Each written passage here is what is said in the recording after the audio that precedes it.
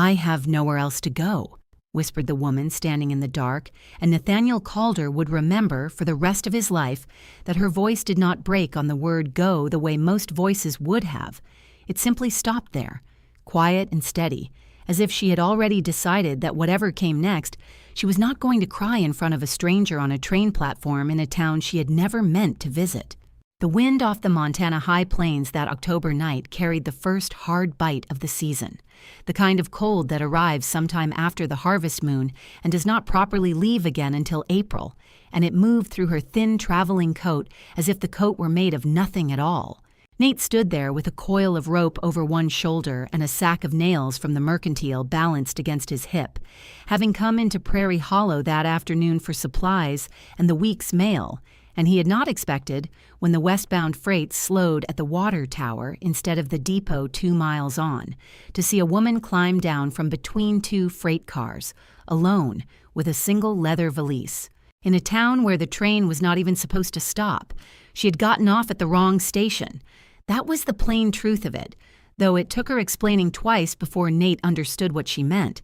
because what she said the first time, standing there shivering with her gloved hands pressed together like a woman praying without knowing she was doing it,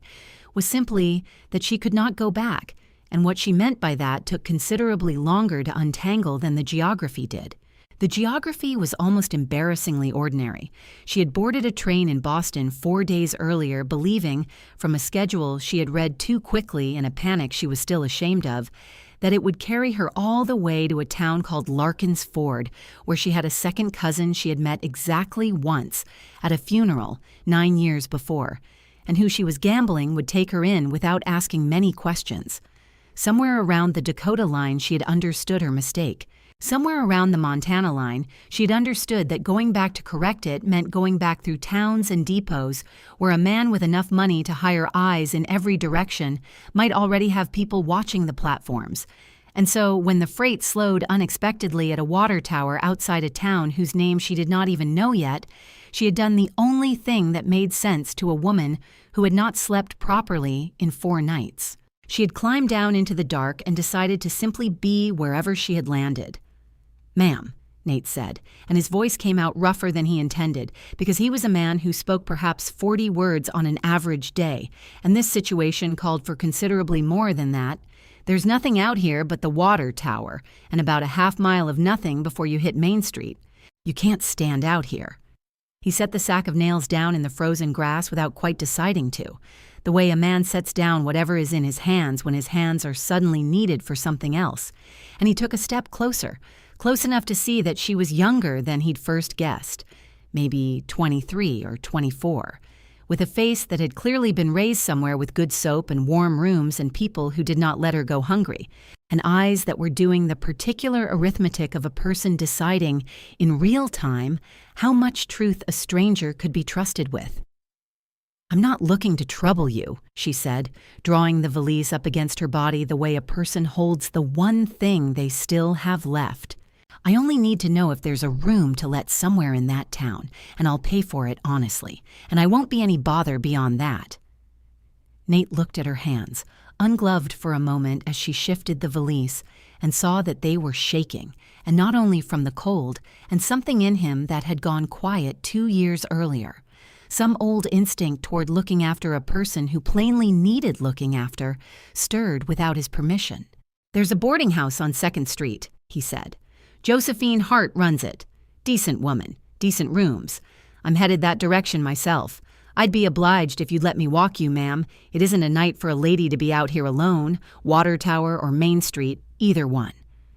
She studied him for a long moment in the thin moonlight. This rancher with a coil of rope over his shoulder and mud on his boots and an unhurried way of standing that suggested he was not a man in the habit of taking things that weren't offered to him. And something in her seemed to settle. Not fully. Not the way a person settles when danger has actually passed, but enough to take one step toward him instead of away. "My name is Charlotte," she said, and then, after the smallest pause that he would only understand the weight of much later, "Charlotte Hayes." It was, though neither of them said so aloud that night, The first lie she had told since climbing down from that freight car, and it would not be the last, though she would spend the following months trying to make it the last one, brick by brick. The way a person tries to build an honest life on top of one necessary untruth and finds the foundation more complicated than they expected. "Nathaniel Calder," he said, and touched the brim of his hat, an old habit from his mother that he'd never quite shaken. "Folks call me Nate. I've got a ranch about 4 miles east of town, but tonight I'm just a man walking you to a warm room, and nothing more than that, unless you'd care for it to be something more, which I don't expect you would, seeing as we've known each other about 90 seconds. That got something out of her that was almost a laugh, small and startled, as if laughing were a muscle she hadn't used in days and had forgotten she still owned, and she picked up her valise, and they started walking together down the frozen half-mile toward the lights of Prairie Hollow, a rancher and a runaway bride who did not yet know she was a runaway bride to him, two strangers whose lives had just, without either one quite realizing it yet, stopped being separate stories. The walk gave Nate time to look at the town the way he supposed a stranger might see it, which he almost never did anymore, having lived within sight of these particular hills his whole life. Prairie Hollow sat in a shallow bowl of land between two low ridges, the kind of place a man's grandfather had picked because there was water and grass and shelter from the worst of the wind, and it had grown the slow, patient way towns grew out here, one building at a time, each one built by somebody who intended to stay. The lights came from the windows of the Hart House boarding house, from Tuttle's general store, still open because Maribel Tuttle kept later hours than she needed to, just to catch the last of the gossip drifting off the evening train, from the sheriff's office, where a lamp burned in the front window because Wade Dawson kept it burning out of habit more than necessity, and from the tall white steeple of the Methodist church at the head of Main Street, dark now, waiting for Sunday. It was not a large town, not one most people had ever heard of, unless they were born inside 40 miles of it, but it was a town that took care of its own, and Charlotte Hayes, walking beside him with her valise and her borrowed name and her 4 days of unslept nights, was about to find out exactly what that meant, though she could not have known it yet, with the wind pulling at her coat and a rancher beside her who had not yet decided what he thought of any of this. Only that he was not going to leave a shivering stranger standing alone in the dark. Josephine Hart answered her own door that night, as she always did, a lamp held up in one hand and her graying dark hair already loose from its pins for the evening, and she took one look at the pair of them on her porch, the rancher she'd known for a decade and the pale, exhausted young woman beside him, clutching a single valise like it held the whole of her life, which in fact it very nearly did. And she did not ask a single question before stepping back to let them in. That was Josie's particular gift, the thing that made her boarding house the kind of place travelers remembered fondly for years afterward, an instinct for knowing exactly when a person needed warmth and food before they needed an explanation, and exactly when the explanation, if it ever came, would come on its own time. "There's a room at the top of the stairs, second door, beds made up already," she said, as if she had been expecting a stranger to arrive with Nate Calder on any given Tuesday night, which of course she had not. But Josie had buried a husband 4 years earlier in a mining accident 2 counties over, and had learned, in the long aftermath of that particular grief, that the kindest thing you could offer a person who looked the way this young woman looked was a door that opened easily and questions that could wait. "I'll bring up soup directly. You look like you haven't eaten a hot meal since you left wherever you left." Charlotte's eyes filled, suddenly and without warning, at that small, unearned kindness, and she pressed the back of her wrist against her mouth to stop whatever sound wanted to come out of her, and said very quietly, "Thank you. I don't have a great deal of money, but I can pay for tonight, and I'll find honest work in the morning, whatever there is to be found." Josie waved that off the way. She waved off most declarations of debt in her house. "We'll settle accounts when you've had some sleep in you. Nobody negotiates rent on an empty stomach in my house. It isn't good business and it isn't good manners, besides." Nate lingered a moment longer than he strictly needed to at the door, his hat still in his hands, and Charlotte turned to him, before he could decide how to take his leave. "Thank you, Mr. Calder. I don't know what I would have done standing out there." He shook his head, the way a man does when he wants to wave off thanks he doesn't feel he's earned. "Wasn't anything, ma'am. Any decent person would have done the same." But that was not entirely true, and some private, unspoken part of him knew it even as he said it, because plenty of decent people, faced with a strange woman climbing down from a freight car at an unscheduled stop in the dark, might have simply pointed toward town and gone on their way, might have decided it wasn't their business, might have been too tired or too wary or too wrapped up in their own grief to notice one more stranger's trouble on top of the world's ordinary supply of it. Nate had noticed. Nate had stopped, and as he walked back out into the cold toward the livery where he'd left his wagon, he found himself turning over the sound of her voice that whispered nowhere else to go in a way he hadn't turned over the sound of anything in 2 years. Not since the last time he'd heard his late wife Sarah's voice in the house before the fever took her and the baby both on the same terrible October night, almost exactly 2 years before this one, a coincidence of the calendar he would not fully register until later, when it would strike him as the kind of thing that felt less like coincidence and more like some larger hand quietly rearranging the furniture of his life while he wasn't looking. He drove the 4 miles home under a sky gone hard and bright with early winter stars, past the fence lines his father Josiah had strung with his own hands 30 years before,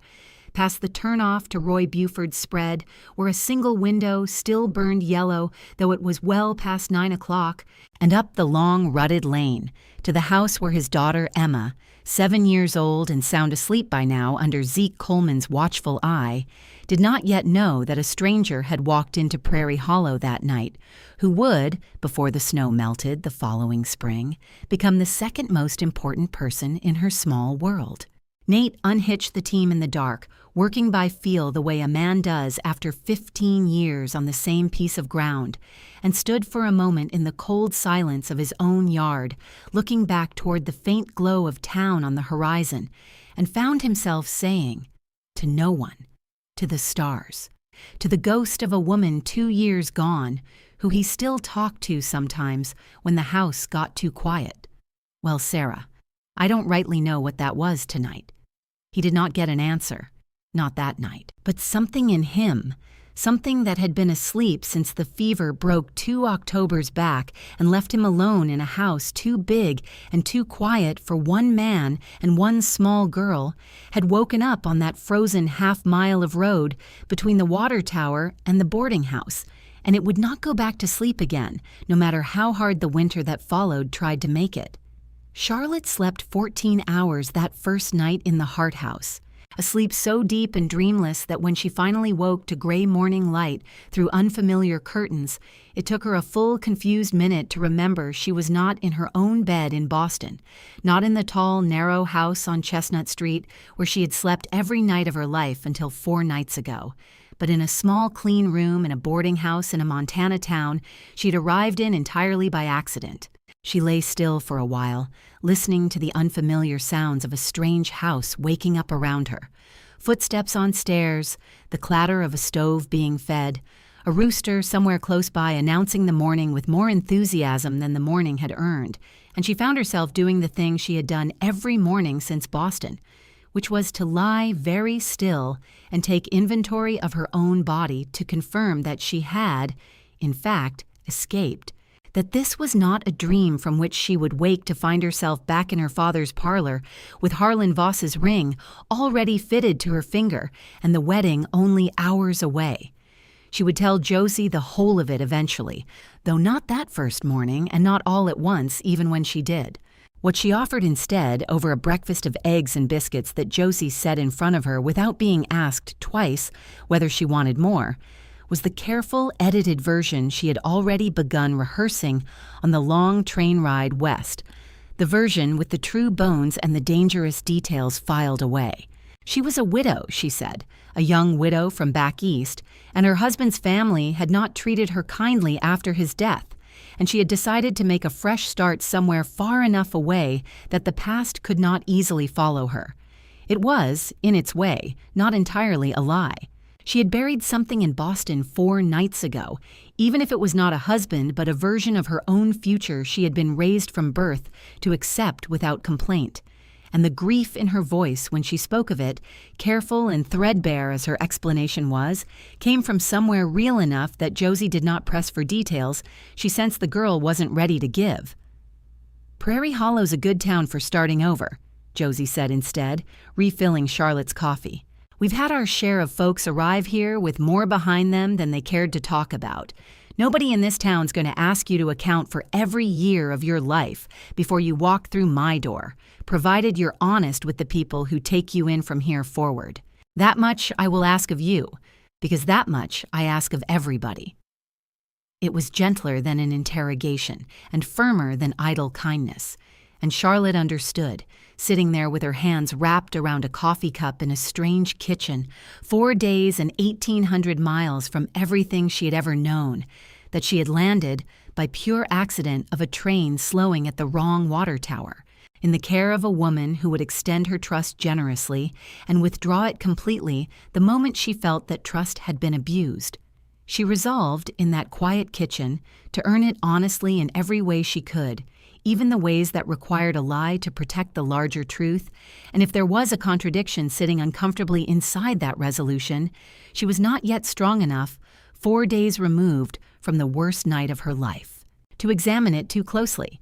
She found work faster than she expected, though not the kind she had imagined when she told Josie she would take in mending or teach piano lessons or do whatever honest labor Prairie Hollow required of a stranger with soft hands and a fine Boston education. The work found her instead, on her 3rd day in town, in the person of Nathaniel Calder, standing awkwardly in the doorway of the Hart House parlor with his hat in his hands, looking like a man who had rehearsed what he meant to say and had already forgotten half of it by the time Josie called Charlotte down to see him.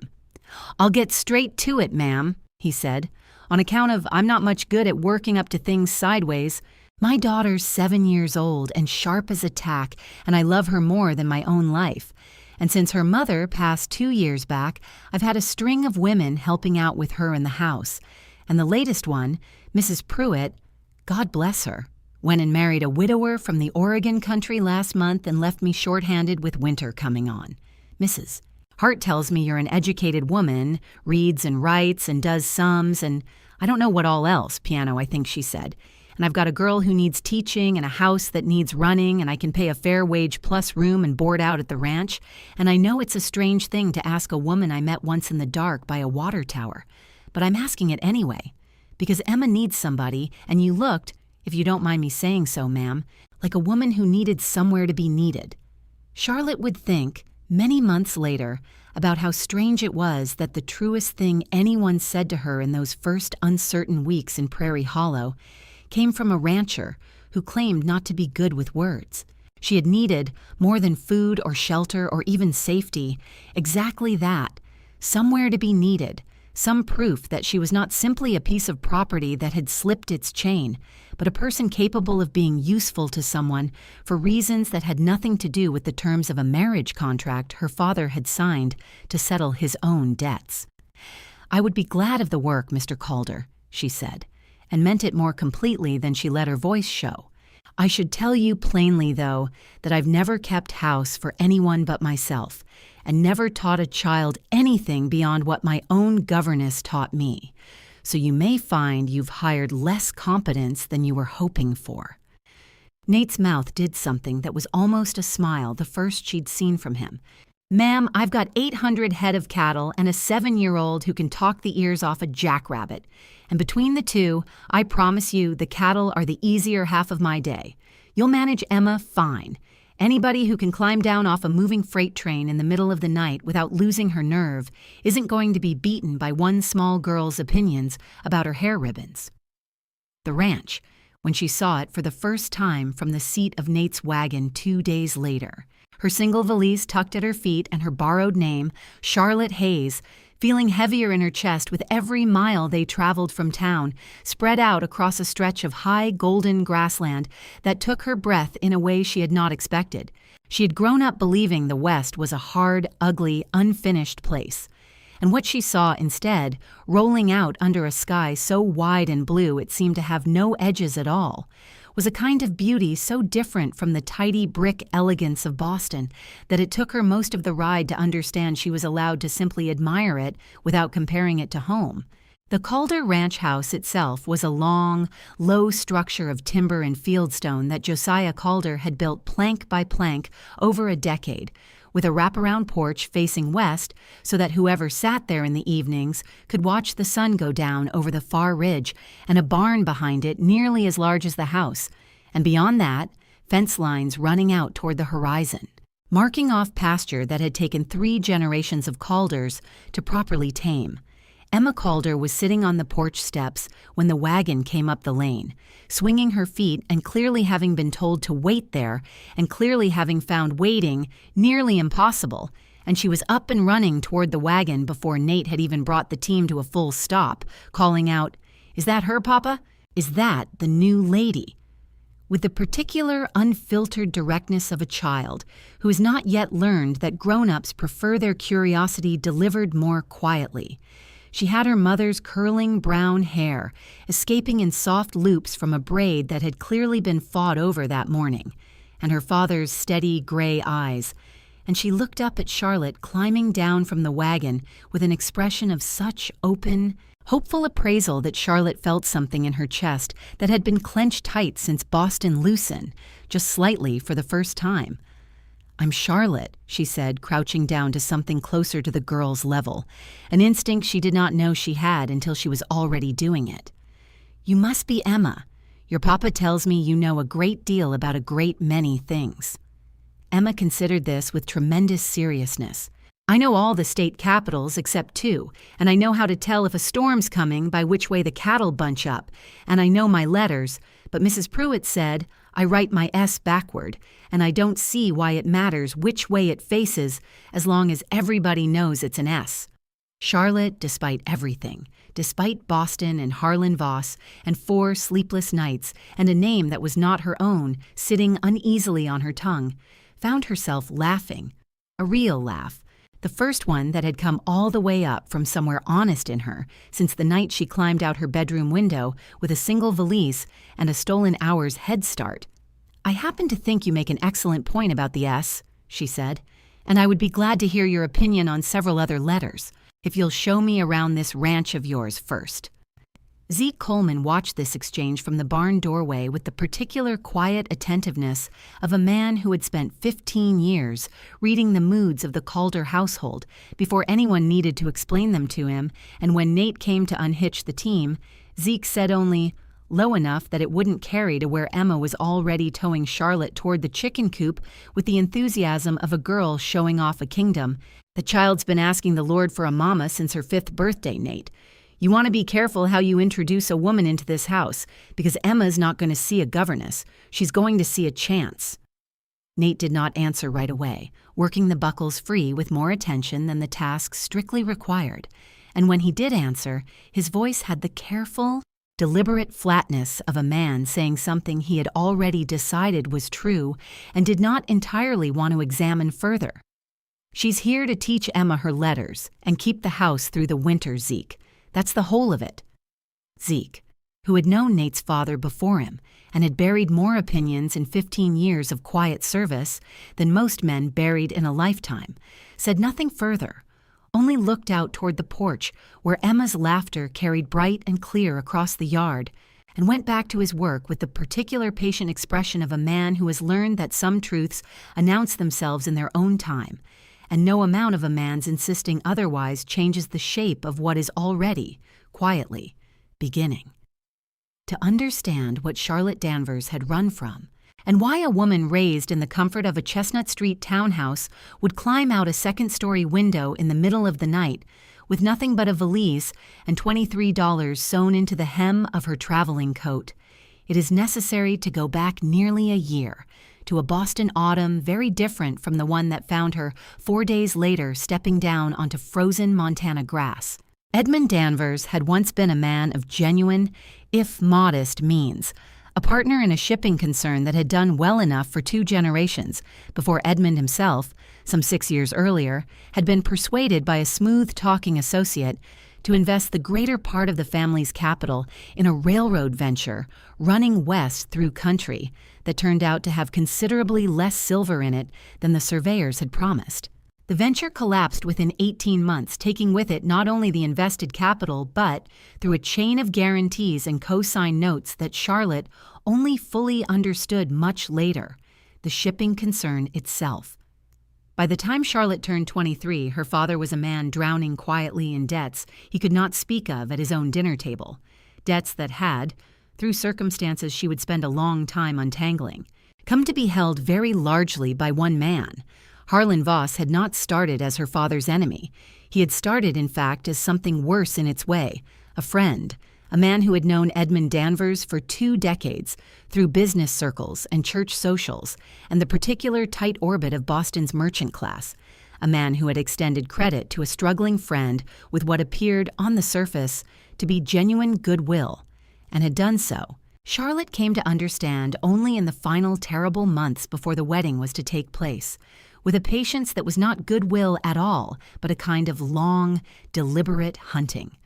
Voss owned 3 textile mills along the Charles River and was, by the standards of Boston society, a wealthy and respectable man, 46 years old, twice widowed, though the circumstances of his second wife's death were spoken of only in careful whispers that Charlotte had not been permitted to hear the whole of until it was nearly too late to matter. He had first mentioned, almost in passing, at a dinner some 2 years before the wedding was set, that he found Edmund Danvers's daughter to be a young woman of unusual grace and composure, and Charlotte remembered, with the particular clarity of hindsight, the way her father's face had gone carefully neutral at those words, the way a man's face goes neutral when he understands he has just been shown the true shape of a debt he thought was merely financial. The proposal, when it finally came 18 months later, arrived less as a courtship and more as a settlement, negotiated between her father and Voss in a closed study, while Charlotte sat in the next room with her needlework untouched in her lap, listening to the low murmur of men's voices deciding the entire shape of her future without once inviting her into the room where the deciding happened. Her father emerged from that study a visibly relieved man, the particular relief of someone who has just watched a crushing weight lifted from his chest and set down instead upon somebody else's. And it took Charlotte the better part of that evening to understand that the somebody else was her, that the debts crushing her father were to be discharged, in full, through her marriage to a man 22 years her senior, whom she had spoken perhaps a dozen sentences to in her entire life. "He is a respected man, Charlotte," her father had said, unable quite to meet her eyes as he said it. "A man of substantial means, and you will want for nothing as his wife. This is not the cruelty you are making it out to be in your face right now. Plenty of good marriages have begun with less affection than I am confident will grow between you in time." She had wanted, in that moment, to ask him whether he had felt the particular affection he was so confident would grow, whether he had ever once considered what it cost a daughter to watch her own father trade her, however gently and however many respectable words were used to describe the transaction, in exchange for the discharge of a debt. She had not asked it. She had sat with her hands folded and her needlework forgotten and said only, "Yes, father," because that was what a good daughter said, and she had spent the better part of a year afterward being, in every visible way, a very good daughter indeed, while something underneath the good behavior went steadily, quietly harder, like water freezing from the bottom of a pond upward, invisible until the whole surface gave way at once. What finally made the surface give way, some 10 months into the engagement, was not cruelty in the obvious sense, not a blow or a shout, though there would be a moment of that too, closer to the end. It was smaller and in some ways worse. Harlan Voss began, gradually, to treat Charlotte's opinions the way a man treats the opinions of furniture, present in the room but not requiring a response, and when she pushed back gently, once, over a decision about the wedding date that he had made without consulting her at all, He had looked at her with an expression of genuine, almost clinical surprise, as though a chair had spoken up about where it preferred to be placed and said, not unkindly exactly, but with a chill that went straight through her,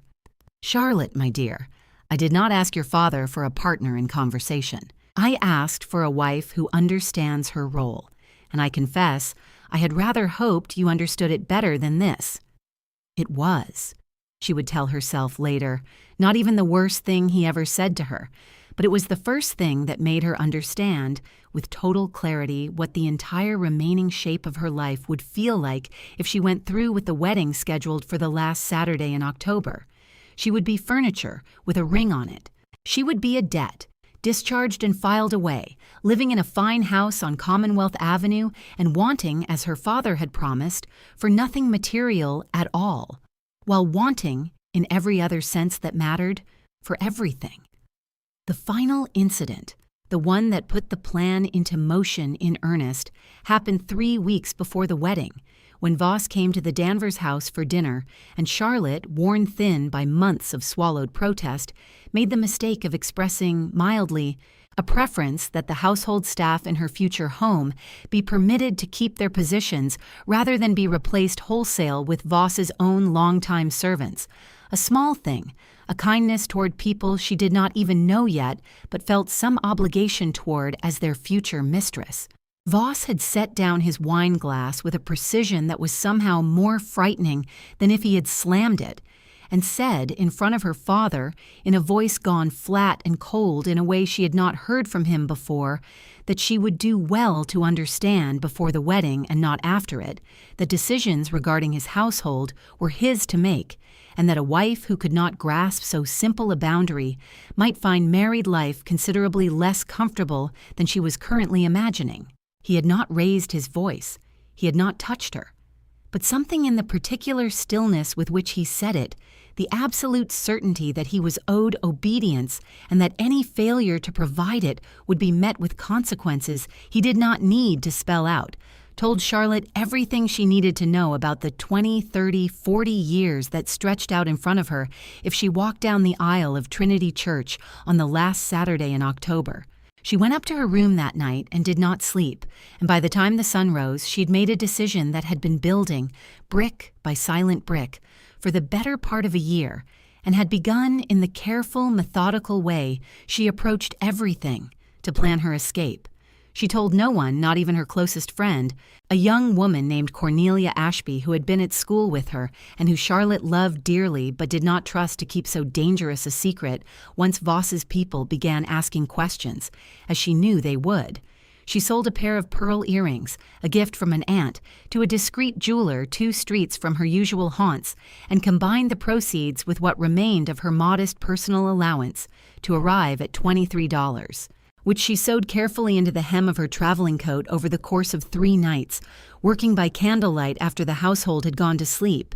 She kept her mother's pearl brooch, the one true possession she could not have sold at any price, pinning it inside her coat where it would not show. She left the wedding dress, an elaborate confection of French lace that Voss himself had selected and paid for without asking her opinion of it at all,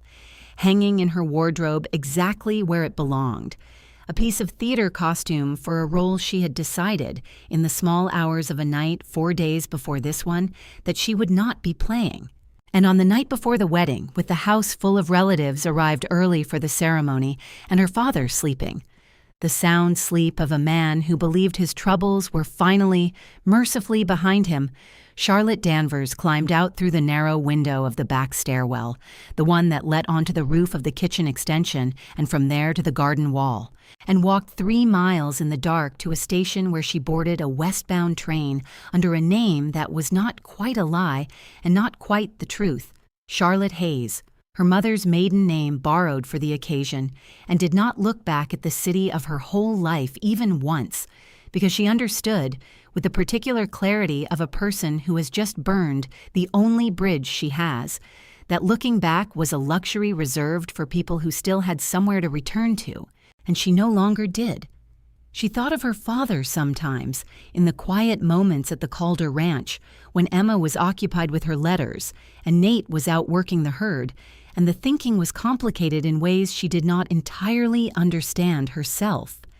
She did not hate him. She understood, in the abstract, cold way a person understands a thing without forgiving it, that he had been a desperate man cornered by his own bad decisions, grasping at the only exit he could see, and that in his own accounting he had believed he was securing her future rather than selling it. But understanding a thing and forgiving it were not. She was learning the same act at all. And some nights she lay awake in the small room Nate had given her at the ranch, listening to the wind move across the high grass outside her window, and wondered whether her father had discovered yet that she was gone, and whether he had told Harlan Voss the truth of it, or some softened version, and whether, somewhere back in Boston, a search had already quietly begun for a runaway bride who did not yet know how far a man like Voss would go to recover what he considered, in the coldest sense of the word, his property. It was Josephine Hart who told Charlotte about the letter on a gray afternoon in the second week of November, when Charlotte had walked the 4 miles into town on her half-day to help Josie with the boarding house laundry, a task that had become, without either woman quite planning it, a standing weekly visit that let Charlotte keep one foot in Prairie Hollow proper, even as her days filled up with the rhythms of the Calder ranch. They were folding sheets in the warm, soap-scented kitchen, the two of them working in the easy silence of women who had settled into a friendship faster than either had expected, when Josie said, without any particular preamble, the way people say things they have been turning over in their mind for a while before finally letting them out. "You know, Nate almost sent off for a mail-order bride back in the summer before you ever came through here." Charlotte's hand stilled on the sheet she was folding. "He never mentioned it. He wouldn't. He's not a man who talks easy about the things that matter most to him. You'll have noticed that by now, I expect. But he came to me in July, sat right where you're sitting, and told me he'd been thinking on it for months, on account of Emma needing a mother and him being tired. Plain tired of running that house and that ranch, both with nothing but Zeke and a string of hired women who never stayed longer than a season. He'd read about an agency out of St. Louis, a respectable one, matches widowers and bachelors out here with women back east looking for a fresh situation. And he sat right there and wrote out a letter, a whole page of it, telling about himself and Emma and the ranch, honest as he knew how to be. And he asked me to look it over before he sent it, on account of he trusted my judgment on such things more than his own." "And did you send it?" Charlotte asked, very quietly, though some part of her already suspected the answer from the careful way Josie was choosing her words. "I told him it read fine, that any sensible woman would count herself lucky to receive it, and he thanked me, and folded it up and put it in his coat pocket to carry to the post office the next time he came to town. And then he didn't come to town for near on 3 weeks, which wasn't like him, and when he finally did come, I asked him plain whether the letter had gone out yet, and he got a look on his face I hadn't seen since right after Sarah passed, and he said, 'Josie, I got as far as the post office door twice, and both times I stood there with the letter in my hand and thought about Sarah, and about how strange it would feel writing another woman's name in that house, where Sarah's things still sit in the drawers exactly where she left them. And both times I turned around and walked home without sending it. Said he figured it meant he wasn't ready yet, whatever ready meant, and he put the letter away in the desk drawer in his study. And so far as I know, it's sitting there still, unsent, this very day." Charlotte sat with that for a long moment, the folded sheet forgotten in her lap, feeling something complicated move through her chest, not quite hope and not quite grief, but some tangled cousin of both. "Why are you telling me this, Josie?" Josie's hands kept working, steady and unhurried, though her eyes, when she glanced up, were sharper than her tone let on. "Because I think you ought to know, before this goes any further than it's already quietly going, that the man you're keeping house for once sat where you're sitting and wanted, badly enough to write a whole page about it, exactly the kind of arrangement you've landed yourself into by pure accident of a train stopping at the wrong water tower. I don't know what the good Lord intends by such things, Charlotte, and I'm not fool enough to claim I do, but I've lived long enough to notice that the things we're too afraid to reach for sometimes arrive anyway, in their own time, wearing a different coat than we expected, and it seems to me A person ought to at least notice when that's happening, rather than talking herself out of it because it doesn't match the shape she'd originally planned for. Charlotte did not know, in that moment, what to do with the information, and she carried it home with her that evening on the long walk back to the ranch, turning it over the way a person turns over a stone found in a field, uncertain whether it was ordinary or precious until she'd had more time to examine it in better light. She thought about the letter sitting, unsent, in a desk drawer not 30 feet from where she now slept, a whole page of a lonely man's honest hope, folded up and put away out of loyalty to a wife 2 years gone, and she thought about her own arrival, unplanned, accidental, a runaway bride fleeing one arranged future who had landed, through no design of her own, in almost precisely the situation Nate had once wanted enough to write about and then lost his nerve to send. It did not feel, turning it over on that cold November road with her breath fogging in front of her, like coincidence exactly. It felt like something closer to what Josie had suggested, some larger hand quietly rearranging the pieces of 2 broken lives that had each, in their own separate grief, been too afraid to reach for what they wanted directly and had gotten it anyway, sideways, through a stopped train and an unsent letter and a small girl who needed her letters taught. She did not mention it to Nate. Some instinct told her the knowledge was not yet hers to spend, that it belonged to Josie's trust and to Nate's own private grief, and that bringing it into the light before either of them was ready would only frighten it back into hiding, the way a wild thing bolts if you reach for it too soon. But she found herself watching him differently after that over the following weeks, watching the careful, deliberate way he moved through his own house, the way his eyes sometimes rested a beat too long on the rocking chair by the west window that nobody used, the way he said Sarah's name to Emma with a tenderness that had no bitterness left in it at all. Only a clean, well-tended grief that had been carried a long time and carried well. She understood, watching him, that whatever this man had almost done in July, writing that unsent letter, had not been a small or a casual thing. It had been, for a man built the way Nathaniel Calder was built, an act of considerable courage that he had not, in the end, been brave enough to finish, and she found herself wondering on the long walks back and forth to town, on the quiet evenings teaching Emma her letters by lamplight, while Nate mended harness at the kitchen table nearby, whether she had arrived in Prairie Hollow to finish something for him that he had not been able to finish for himself, or whether that was simply the kind of story a lonely woman far from home told herself to make an accidental arrival feel like fate instead of luck. The weeks that followed settled into a rhythm neither Charlotte nor Nate could have predicted on that first awkward morning in the Hart House parlor. A rhythm built out of small, unremarkable moments that meant nothing individually and everything in their accumulation.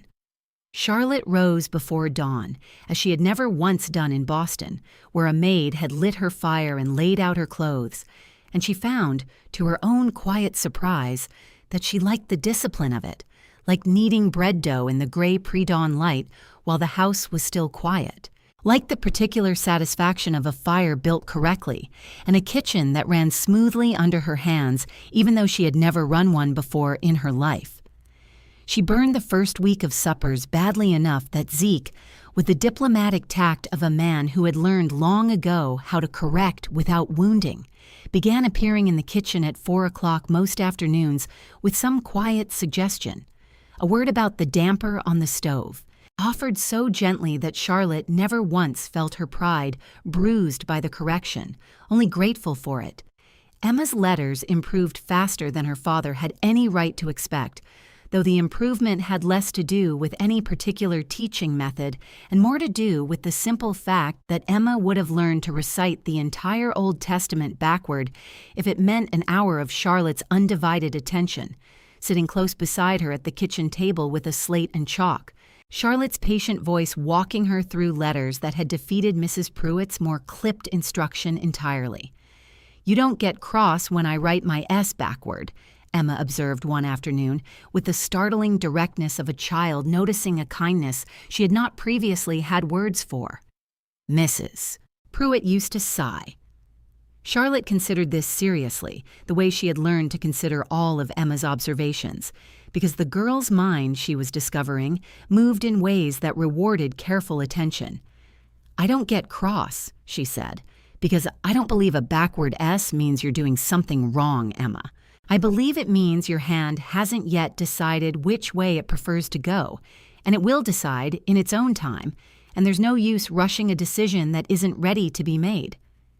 Emma turned this over with tremendous seriousness, the way she turned over most things Charlotte said to her, and then asked, with no transition at all, whether Charlotte thought her mother in heaven could see her writing her letters correctly now, and Charlotte, caught entirely off guard by the sudden turn, found herself answering honestly instead of carefully, which was rapidly becoming a habit she could not seem to break in this particular house. "I think," she said slowly, "that if your mother is watching anything at all, Emma, she's watching how happy you are, and how kind you are to the barn cats, and how hard you try even when your S goes backward, and I expect all of that makes her prouder than any single letter ever could." Nate, for his part, watched these small exchanges from doorways and across supper tables with an expression he did not fully understand himself, something that sat uneasily between gratitude and a low, persistent ache he had not expected to feel again after Sarah. He had hired Charlotte, he told himself repeatedly through those first weeks, for Emma's sake and the house's sake, a practical arrangement between two people thrown together by circumstance. And he held to that explanation with the particular stubbornness of a man determined not to examine a feeling until it grew too large to ignore.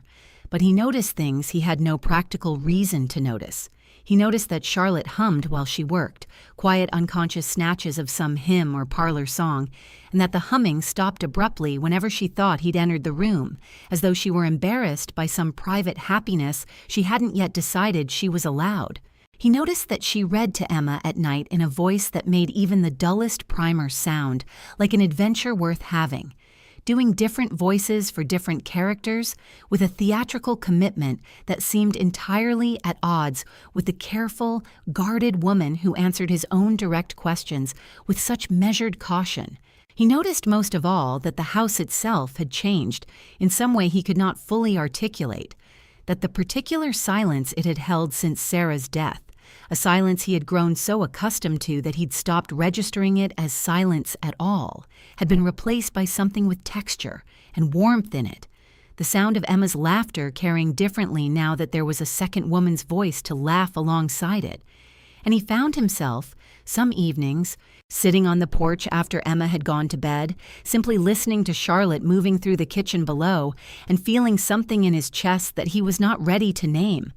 There was tension in it, too, in those early weeks, the ordinary friction of two strangers learning to share a household neither had built with the other in mind. Charlotte, raised in a home where every domestic decision passed through layers of staff before it reached her, found herself occasionally overstepping in ways that Nate, careful of his authority in his own house, but too fair-minded to simply overrule her without explanation, had to gently correct, a disagreement over which room Emma ought to do her lessons in,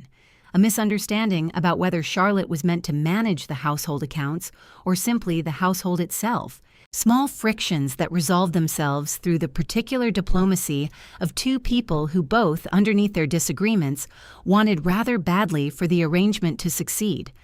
Nate, for his part, carried into those early weeks a wariness that had nothing to do with Charlotte specifically, and everything to do with the particular caution of a man who had loved, once, deeply, and lost it in the worst way a man could lose it,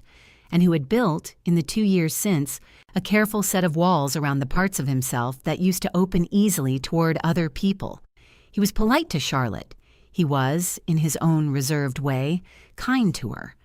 But for the better part of a month, he kept a distance in his voice and his eyes that Charlotte noticed and did not push against, understanding with the particular intuition of a woman who had spent a year learning to read a dangerous man's moods in Boston, that this distance was not coldness but armor, and that armor, pressed too hard, only grows thicker rather than falling away.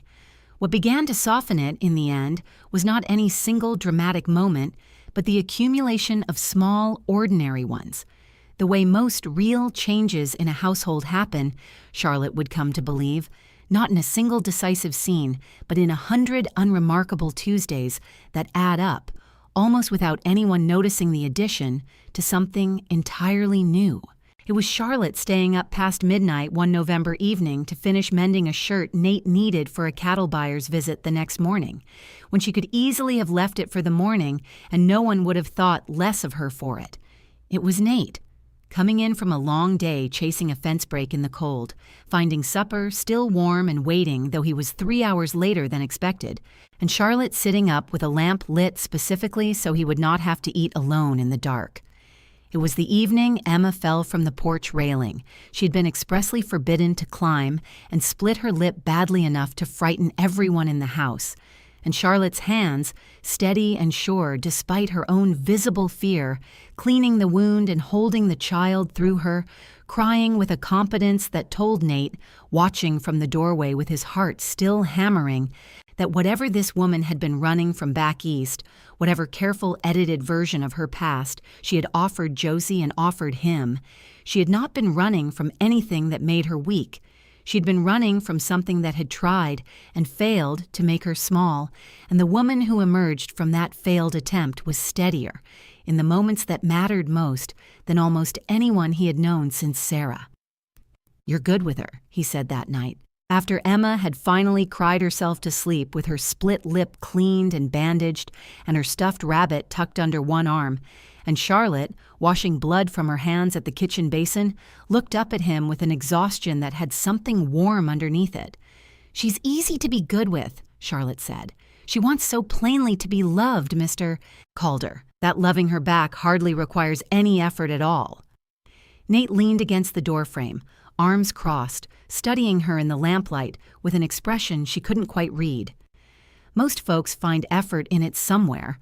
Even loving your own children takes effort some days, God knows, though you're not supposed to say that part out loud. Charlotte dried her hand slowly on the towel hanging by the basin, considering her answer with the same careful weight she gave most things Nate said to her, because she was beginning to understand that this quiet man, for all his reserve, chose his words with more precision than his silence led on. "Perhaps," she said finally, "I find it easy because I spent a long time somewhere nobody made any effort to love me at all, Mr. Calder, and I notice now, more than I might have otherwise, how simple it actually is when two people are willing to try." She had not meant to say quite that much, had not meant to let so much of Boston slip out sideways into an ordinary kitchen conversation about a child's split lip, and she saw Nate register it, saw something shift behind his eyes, a question forming that he did not yet ask, out of some respect for the careful distance she still kept around her own history. "Well," he said instead, after a moment gently, "you've found some effort here then, Miss Hayes, whatever else you find or don't find. I hope you know that." And he said good night and went up to bed, and Charlotte stood alone in the kitchen a long while after, her hands finally still on the towel, thinking that it was the first time in nearly a year that anyone had told her, without expecting anything at all in return, that she was worth the trouble of trying. Roy Buford had been watching the Calder Ranch for a great deal longer than anyone in Prairie Hollow fully appreciated, and not out of any neighborly interest in Nate's welfare.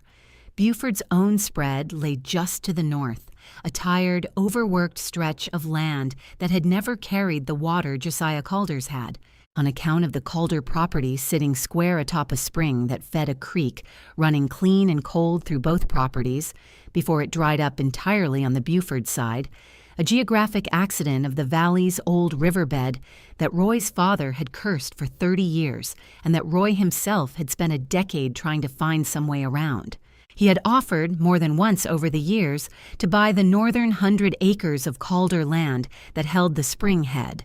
offers that Nate had refused politely at first, and then, as Roy's persistence outlasted his patience, with increasing coldness, because Nate understood the way any rancher in that country understood,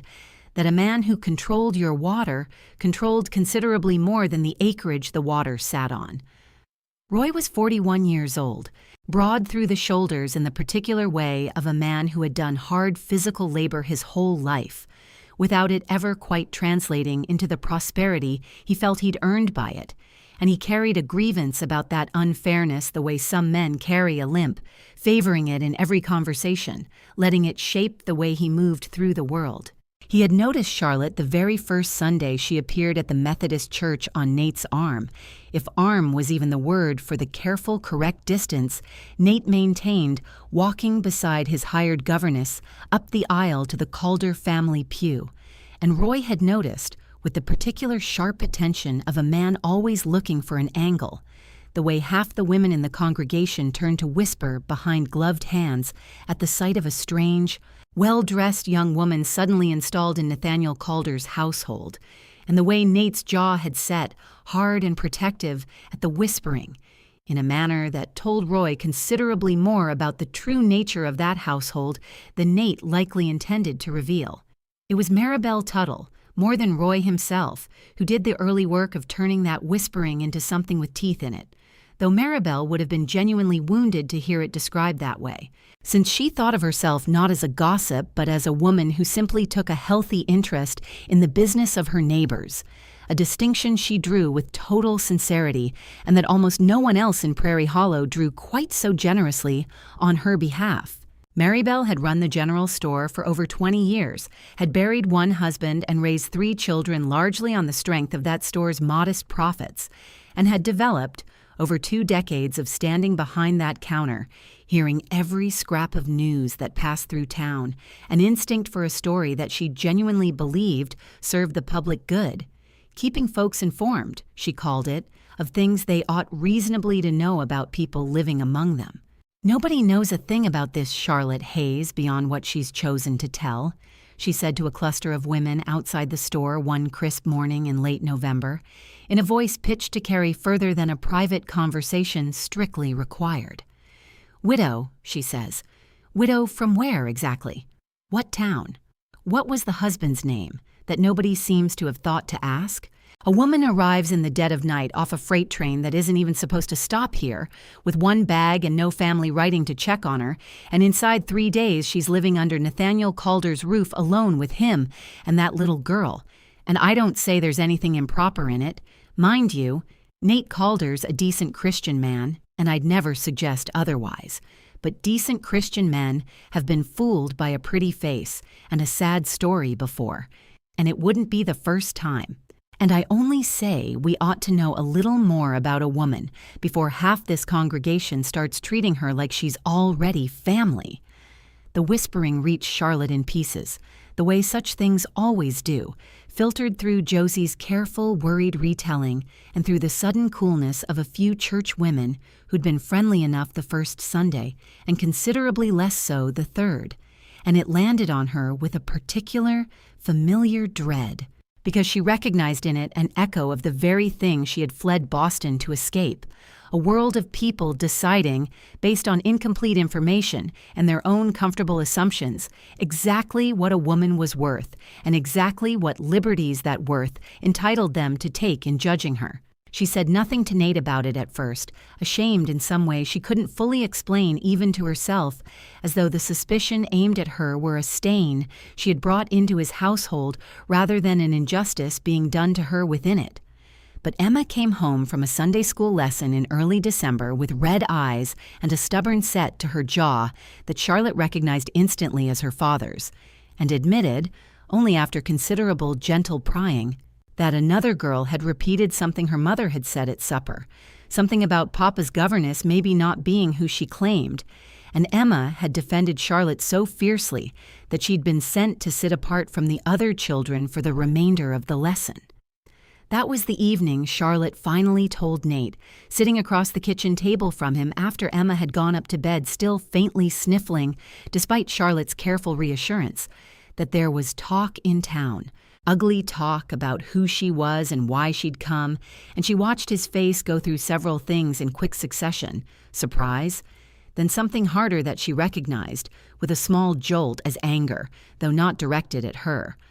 "Roy Buford," Nate said, with the flat certainty of a man naming a suspect he'd already half convicted in his own mind. Or Maribel Tuttle carrying his water for him without even knowing she's doing it, which is worse in its way because at least Roy knows exactly what he's about. Charlotte, who had not yet heard the full history between Nate and his neighbor, asked carefully what Roy Buford had to gain from spreading doubt about a governess he'd likely never exchanged more than a dozen words with, and Nate's jaw tightened in a way that told her this conversation was reaching down into older, deeper ground than her own arrival in town. "Roy's wanted my North Spring water for 10 years, he said. He's tried buying it, tried pressuring the water rights board, tried near everything a man can try short of outright theft, and every time it's failed because I won't sell and the law's on my side about the water rights. A man like that, when he can't get what he wants through the front door, starts looking for side doors instead. I expect he's noticed folks are already uneasy about a stranger in my house, and I expect he's calculating that enough talk might shake something loose, might make me look bad enough, foolish enough, taken in enough, that it costs me standing in this town, standing I use every time I need the water board or the bank or my neighbors to back my side of an argument he's on the other side of. I don't know that for certain, Charlotte, but I know Roy Buford, and I know he doesn't do anything, even gossip he doesn't start himself, without some angle in it for him eventually." It was the first time he had called her Charlotte instead of Miss Hayes or ma'am, and she noticed it even in the middle of her own rising alarm, noticed it the way a person notices a single warm room in an otherwise cold house. "I don't want to be the reason your standing in this town suffers," she said quietly. "If my being here causes you difficulty with your neighbors, with the water board, with anything that matters to Emma's future here, I would rather leave than watch that happen on my account." Nate's response came fast enough and firm enough that she understood he had already turned this exact possibility over in his own mind before she ever raised it. "You'll do no such thing," he said. "I didn't bring you into this house to send you back out the first time some fool with a grudge about creek water starts talking. Emma loves you. This house is better with you in it than it was without you, and I'll not pretend otherwise to satisfy Maribel Tuttle's curiosity or Roy Buford's greed. Let them talk. Talk doesn't hold up long against a person who simply keeps showing up decent and steady, week after week in a town like this one. It burns hot and it burns out, same as most gossip does, provided the person it's aimed at doesn't give it anything true to feed on."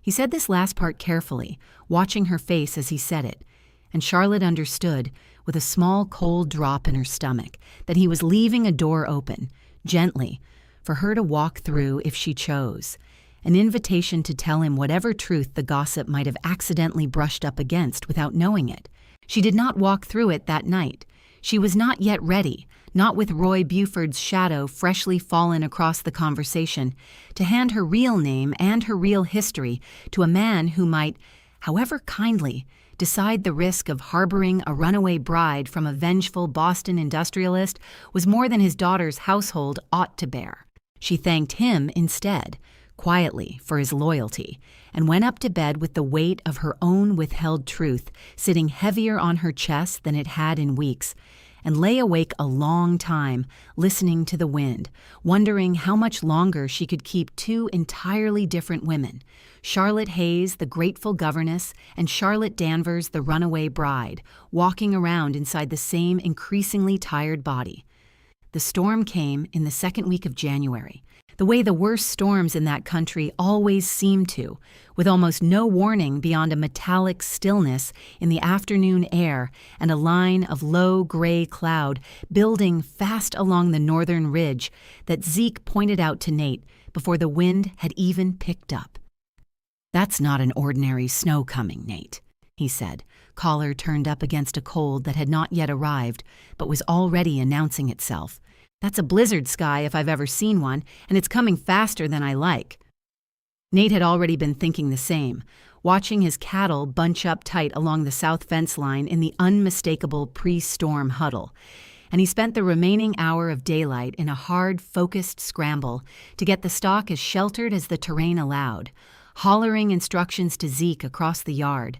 It was in the middle of that scramble, with the first hard flakes already beginning to slant sideways on a wind that had picked up with frightening speed, that Charlotte realized Emma was nowhere in the house. She had left the girl not 20 minutes earlier at the kitchen table with her slate and her reading primer, gone out to the spring house for a moment to fetch cream for the evening's cooking. And when she came back in, stamping snow from her boots and calling Emma's name to see whether the lesson wanted resuming. The kitchen answered her with nothing but silence and an empty chair. She searched the house first, methodically, room by room, telling herself there was a reasonable explanation, that Emma had simply gone up to her room for a forgotten toy or out to the barn to see the new barn cat's kittens, a favorite errand of hers that Charlotte had scolded her for undertaking alone more than once. But the barn, when Charlotte reached it with her heart already climbing into her throat, held only Zeke's saddle horse stamping uneasily in its stall and no sign of the girl at all.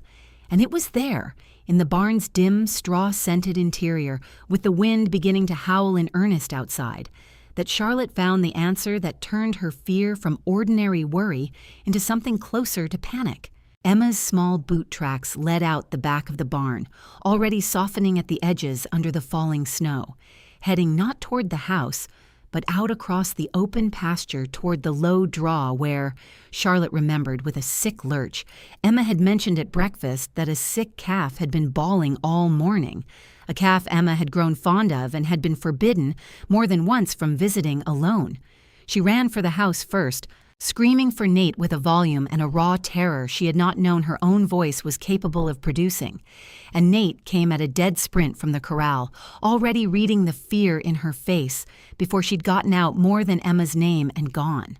And what followed was a blur that Charlotte would only ever remember afterward in fragmented, terrible pieces. Nate shouting orders to Zeke about lanterns and rope, the two men and Charlotte pushing out into a wind that had gone from strong to violent in the space of minutes, visibility already collapsing to a few yards in every direction as the snow came sideways and thick enough to swallow the barn behind them almost as soon as they'd left its shelter. They found Emma's tracks for a while, faint impressions rapidly filling with drifting snow, leading toward the draw exactly as Charlotte had feared. And then, with a horror that closed Charlotte's throat entirely, the tracks simply stopped being visible at all, erased by the storm faster than 3 desperate people could follow them. "Emma!" Nate's voice tore itself raw, shouting into the white roar of the wind, again and again, and Charlotte screamed alongside him, the two of them pushing forward through snow already deep enough to drag at their legs, Zeke somewhere off to their left doing the same, all 3 of them calling a small girl's name into a storm that seemed determined to swallow the sound whole before it traveled more than a few feet. It was Charlotte who found her, in the end, though she would spend a long time afterward believing it was less her own doing than some desperate half-formed prayer that had guided her feet toward the old line shack, a small weathered structure near the draw that Josiah Calder had built decades earlier for cowhands caught out during Roundup, and that Charlotte remembered Emma mentioning once, months before in passing, as a place she liked to pretend was a fort. She stumbled against its door more by luck than judgment, half blind with snow and cold, and shoved it open to find Emma huddled inside against the far wall, hugging the sick calf's thin neck for warmth, both of them shivering violently but alive. Emma's lips already gone a frightening shade of blue, tears frozen half-formed on her lashes, sobbing out when she saw Charlotte's face appear through the doorway. "I couldn't leave him, Charlotte. He was crying and I couldn't leave him out there alone." With the particular fierce, misguided courage of a 7-year-old who had understood suffering and had tried, with her whole small heart, to answer it, without understanding that the storm did not care how good her reasons were. Charlotte did not remember deciding to strip off her own coat, only doing it, wrapping it around Emma's shaking body over whatever warmth the girl already carried, and half dragging, half carrying her back out into the storm toward the sound of Nate's voice, still tearing itself hoarse into the wind not 50 yards distant, close enough now that Charlotte screamed his name with everything her freezing lungs could produce,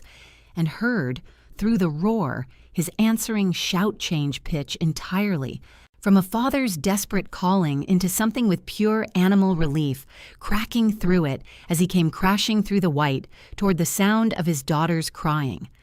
What happened in the next several minutes existed for Charlotte afterward, less as a sequence of events and more as a single overwhelming impression.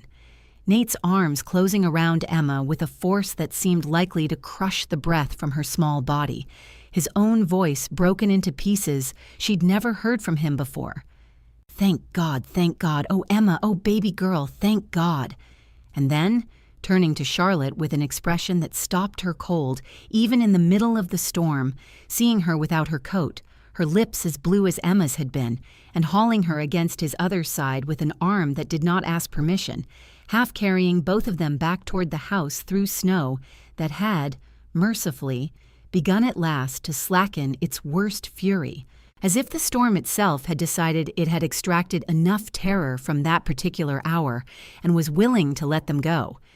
They made it back to the house more dead than alive by any reasonable measure, Zeke arriving at almost the same moment from the opposite direction, and what followed was a long, frantic hour of blankets, and the kitchen stove built up roaring hot and warm broth, forced carefully into a shivering, exhausted Emma, who fell finally into an emptied-out sleep in her father's arms sometime past 9 o'clock, her color slowly returning. The doctor Zeke had ridden hard into town to fetch, pronouncing her, with tremendous relief all around, cold and shaken but whole,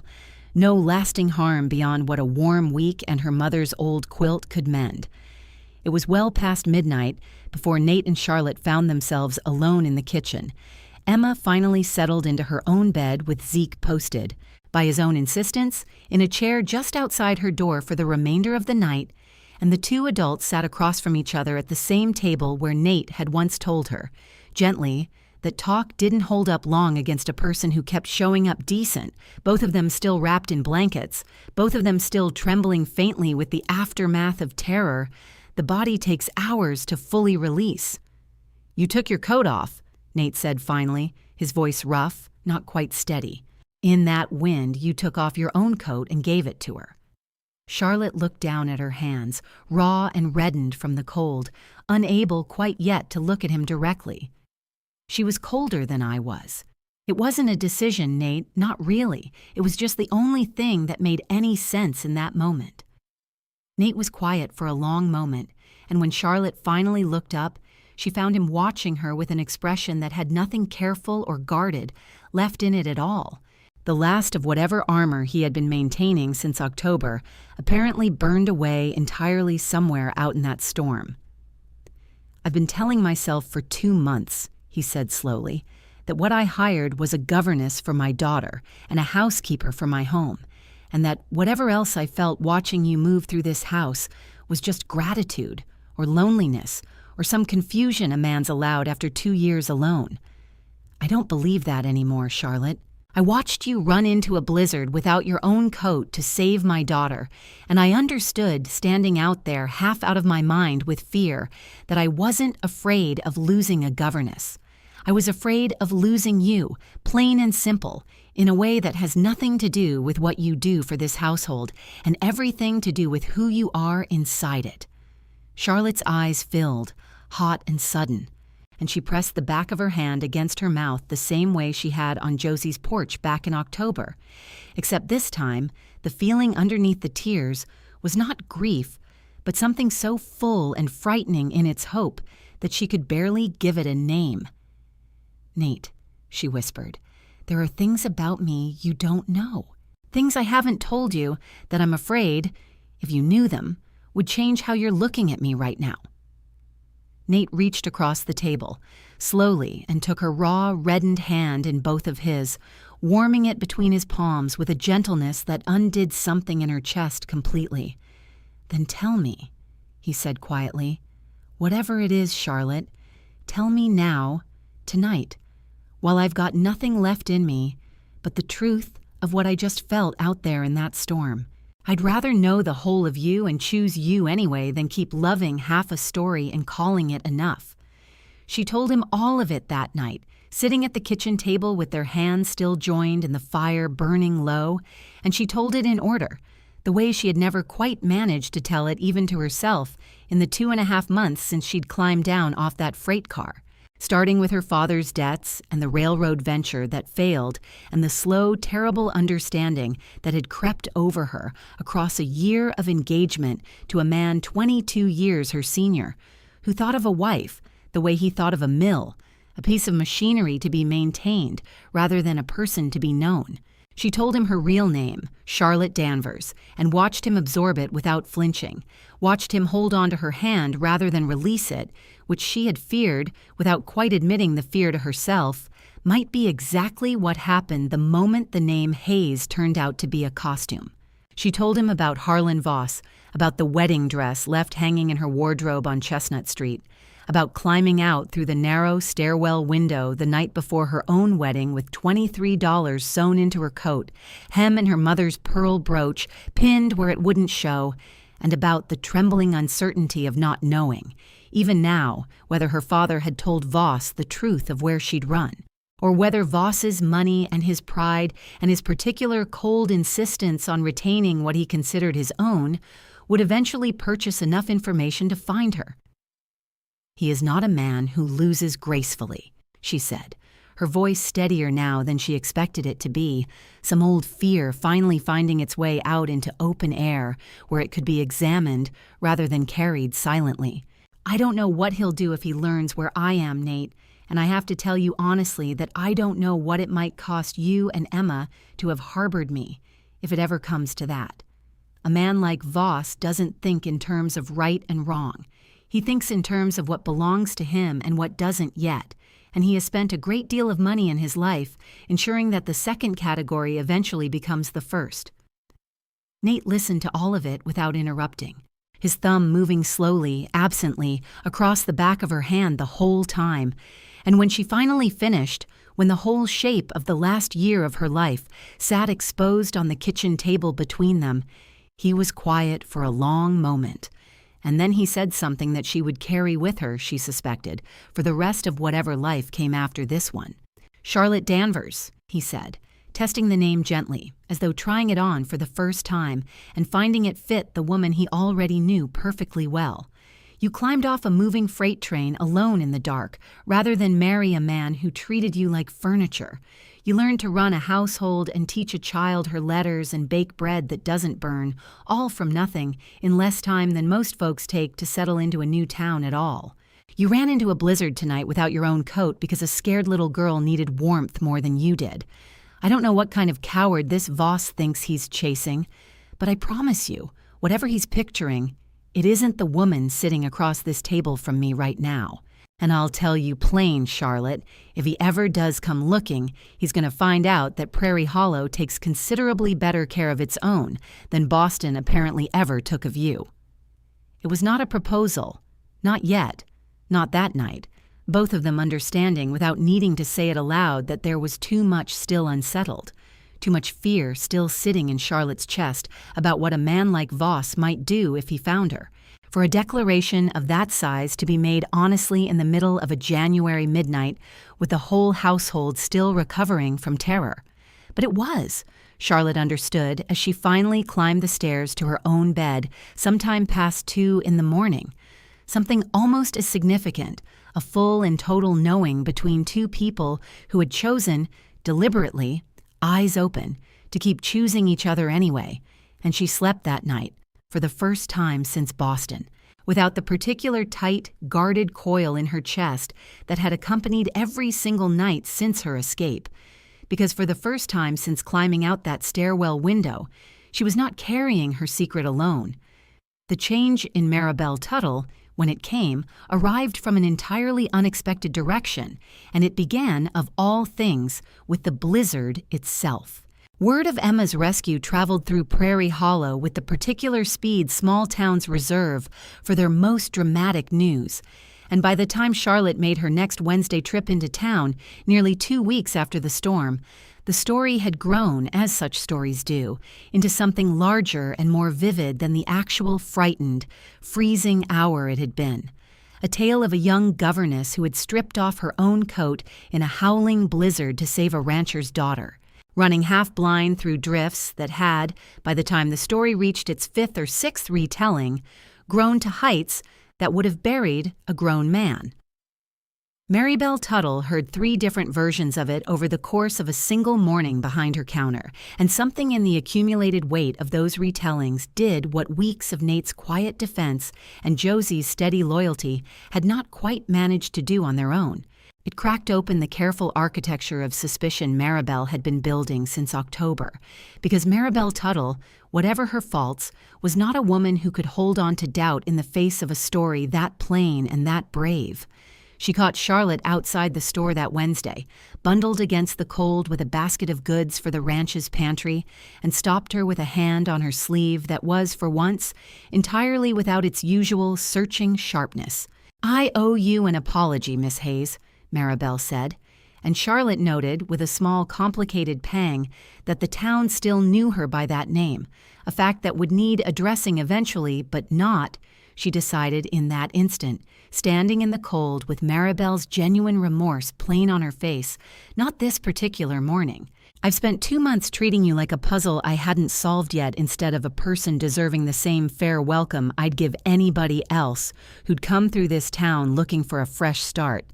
And I did it, if I'm honest with myself, because a pretty young stranger living under a widower's roof made for a more interesting morning's conversation than minding my own business would have. I heard what you did in that storm, Miss Hayes, running out there without so much as your own coat for a little girl who isn't even your own blood.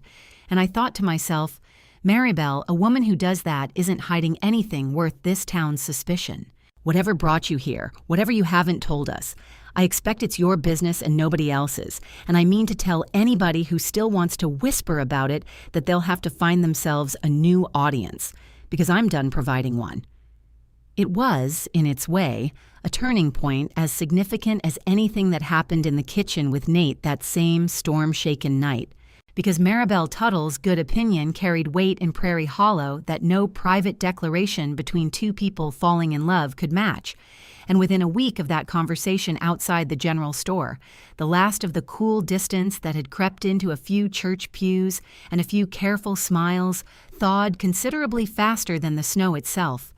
until by the first week of February, Charlotte found herself, for the first time since arriving in that frozen, accidental town, fully and unreservedly welcomed by it, gossip burned out exactly the way Nate had once promised her it eventually would,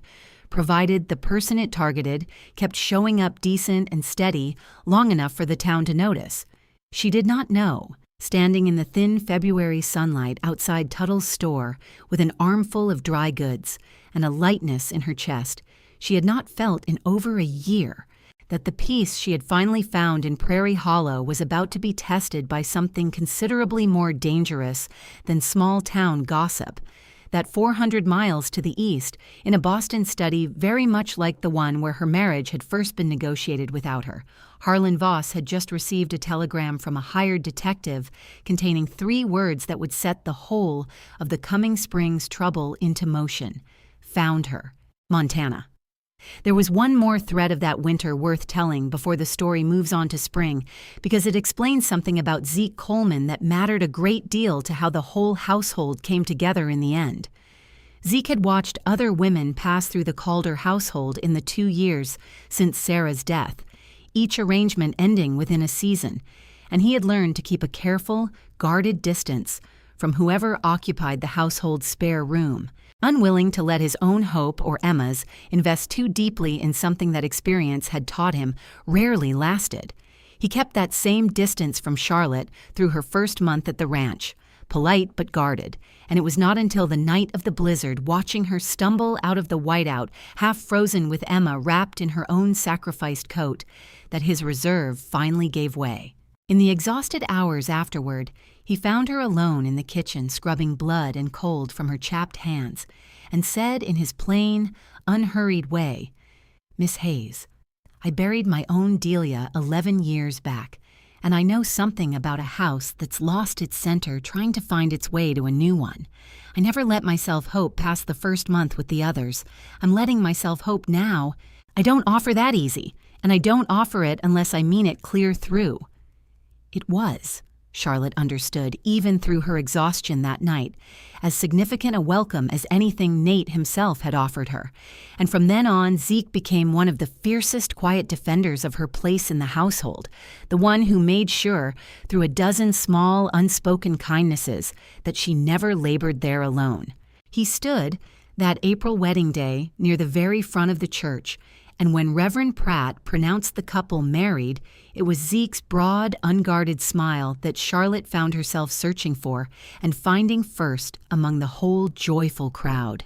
Harlan Voss had not accepted his fiancée's disappearance, the way a lesser man's pride might have allowed him to, quietly, with the face-saving fiction of a broken engagement whispered discreetly among Boston's better families. He had, in the first furious week after Charlotte vanished, considered the entire episode a theft, plain and simple, the theft of property he had already, in his own mind, fully paid for through the discharge of Edmund Danvers's considerable debts. And he had responded to that theft the way he responded to any threat against his interests, with cold, methodical, well-funded determination. He retained, within the first month, a private detective named Silas Grimes, a former Pinkerton operative who had built a smaller, more discreet practice of his own after a disagreement with his former employers over methods they considered,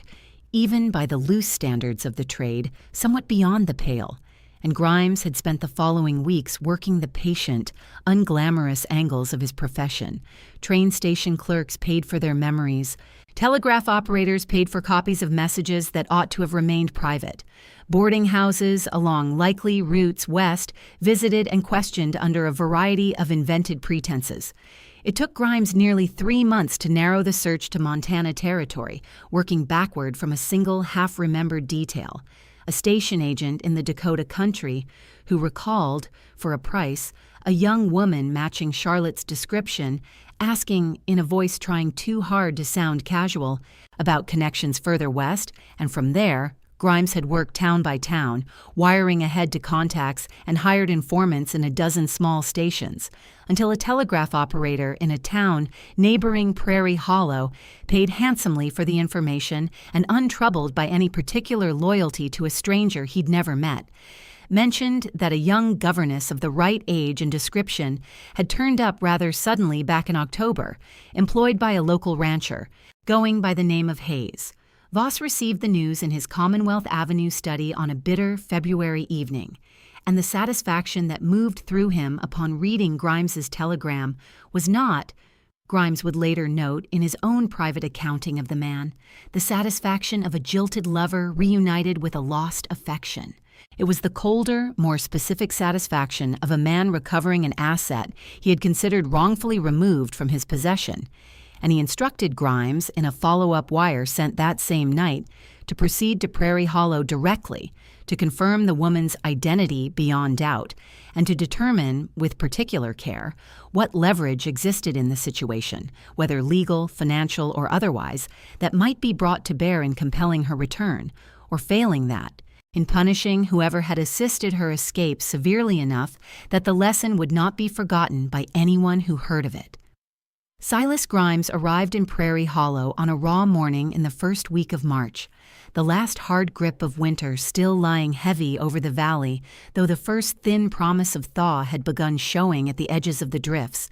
and he came into town the way men of his particular profession generally did, unremarkably, dressed like a modestly prosperous traveling salesman, taking a room at the Hart House under a name that was not his own, and beginning, over the following 2 days, the same patient, methodical questioning that had carried him successfully across 4 states already. He was careful, and he was good at his work, but Prairie Hollow, without quite organizing itself to do so, proved considerably more resistant to his particular methods than the string of anonymous rail towns he had passed through to get there, because Prairie Hollow, unlike those towns, had already decided, in the collective, quiet way small communities sometimes do, that Charlotte Hayes belonged to them now, and belonging, in a town like that, came with a loyalty that money alone struggled to purchase against. Josephine Hart was the first to grow suspicious of her new guest, noting within a day that his questions, dressed up as idle travelers' curiosity about the ranches and families of the area, kept circling back with peculiar persistence to any recent arrivals in town, particularly young women, particularly anyone who might have come from back east within the last several months. She said nothing to him directly beyond pleasant, uninformative small talk, the particular skill of a woman who had run a boarding house long enough to know exactly how much of her guest's business was actually her business. But she sent word to the Calder Ranch that same evening by way of her nephew, a hastily scrawled note carried at speed across 4 miles of thawing mud that said simply, "Stranger asking careful questions about new arrivals, staying at my house, be careful," and signed only Josie. Marybelle Tuttle, encountering the same stranger the following morning when he came into the general store on the pretense of buying tobacco and fell into what he clearly intended as casual conversation about the local ranching families, found her newly rehabilitated loyalty to Charlotte tested for the first time, and found, somewhat to her own surprise, that it held firm without any real strain at all. "Widows and governesses and such," Grimes said in the careful, unhurried voice of a man who had learned that patience extracted more information than urgency ever did. "Must be a fair number of new folks passing through a growing town like this one. I'm always curious about a place's newer arrivals, ma'am. Tells you something about where a town's headed." Marybelle, who had spent 2 decades reading exactly this kind of careful fishing from traveling salesmen looking for gossip to sell or trade elsewhere, met his casual curiosity with an equally casual, entirely unhelpful vagueness that would have frustrated a less patient man considerably faster than it frustrated Grimes. "Oh, we get all sorts through here, mister. Can't say I keep a ledger of who arrived when. You'd want the church rolls for that, I expect, and Reverend Pratt keeps those close, being church business and all." It was not a lie, precisely, but it was a door closed as firmly as good manners allowed, and Grimes, no fool, noted the closing of it and filed it away, as confirmation that he had, in fact, found the right town, because towns with nothing to hide rarely close doors quite so smoothly. By the 3rd day, Grimes had grown confident enough in his conclusions to make his inquiry more direct, presenting himself at the sheriff's office and introducing himself, this time under something closer to his true purpose, though still carefully vague about his employer, as a man seeking information about a missing person, a young woman who might have arrived in the area recently under an assumed name, possibly connected to a wealthy family back east concerned for her welfare. Sheriff Wade Dawson, a broad, deliberate man of 50 who had worn the badge in Prairie Hollow for 11 years and had developed, across that decade, a finely tuned instinct for the difference between a genuinely concerned family and a man hunting someone who had good reason to run, listened to the whole of Grimes's careful presentation without offering a single useful detail in return, and responded only that he knew of no missing persons in his jurisdiction, that any young woman living honestly and working honestly in his town was, so far as the law was concerned, exactly who she said she was until proven otherwise by something considerably more solid than a stranger's questions, and that he would thank Mr. Grimes to conduct his business elsewhere if it did not involve an actual crime he could investigate. It was, Grimes noted with a professional's grudging respect, a wall built as effectively as any he had encountered in 4 months of searching, and he understood, leaving the sheriff's office that afternoon, that Prairie Hollow was not going to hand Charlotte Danvers over easily, whatever her true name turned out to be, and that if Harlan Voss wanted her back, it was going to require more than careful questions and a hired detective's patience. It was going to require Voss himself, and whatever weight his money could bring to bear on a town that had, without quite realizing the fight it was picking, already decided to defend one of its own against the entire considerable machinery of Boston wealth and pride. Roy Buford heard about the stranger asking questions the same way he heard about most things worth knowing in Prairie Hollow, secondhand, filtered through a hired hand who drank at the same saloon table where such news traveled fastest, and where Roy had learned, over the years, to keep a careful ear tuned, even when he appeared to be doing nothing more than nursing a slow whiskey in the corner. What reached him was fragmentary at first, a traveling man staying at the Hart House, asking careful questions about new arrivals, particularly young women, particularly anyone from back east, and Roy turning the fragments over with the same patient calculation he applied to every piece of information that came his way, arrived quickly at a conclusion that filled him with something considerably more complicated than simple curiosity. If a stranger's money was chasing Nate Calder's governess, that meant the woman had secrets worth chasing. And secrets, in Roy Buford's particular accounting of the world, were rarely worth chasing unless there was profit attached to the chasing. He found Silas Grimes at the Hart House 2 evenings later, having engineered the meeting with the same careful patience he'd once applied to buying up smaller water rights along the northern boundary of his own dwindling property, introducing himself as a local rancher with, he said, information that might interest a man conducting the kind of inquiry Mr. Grimes appeared to be conducting,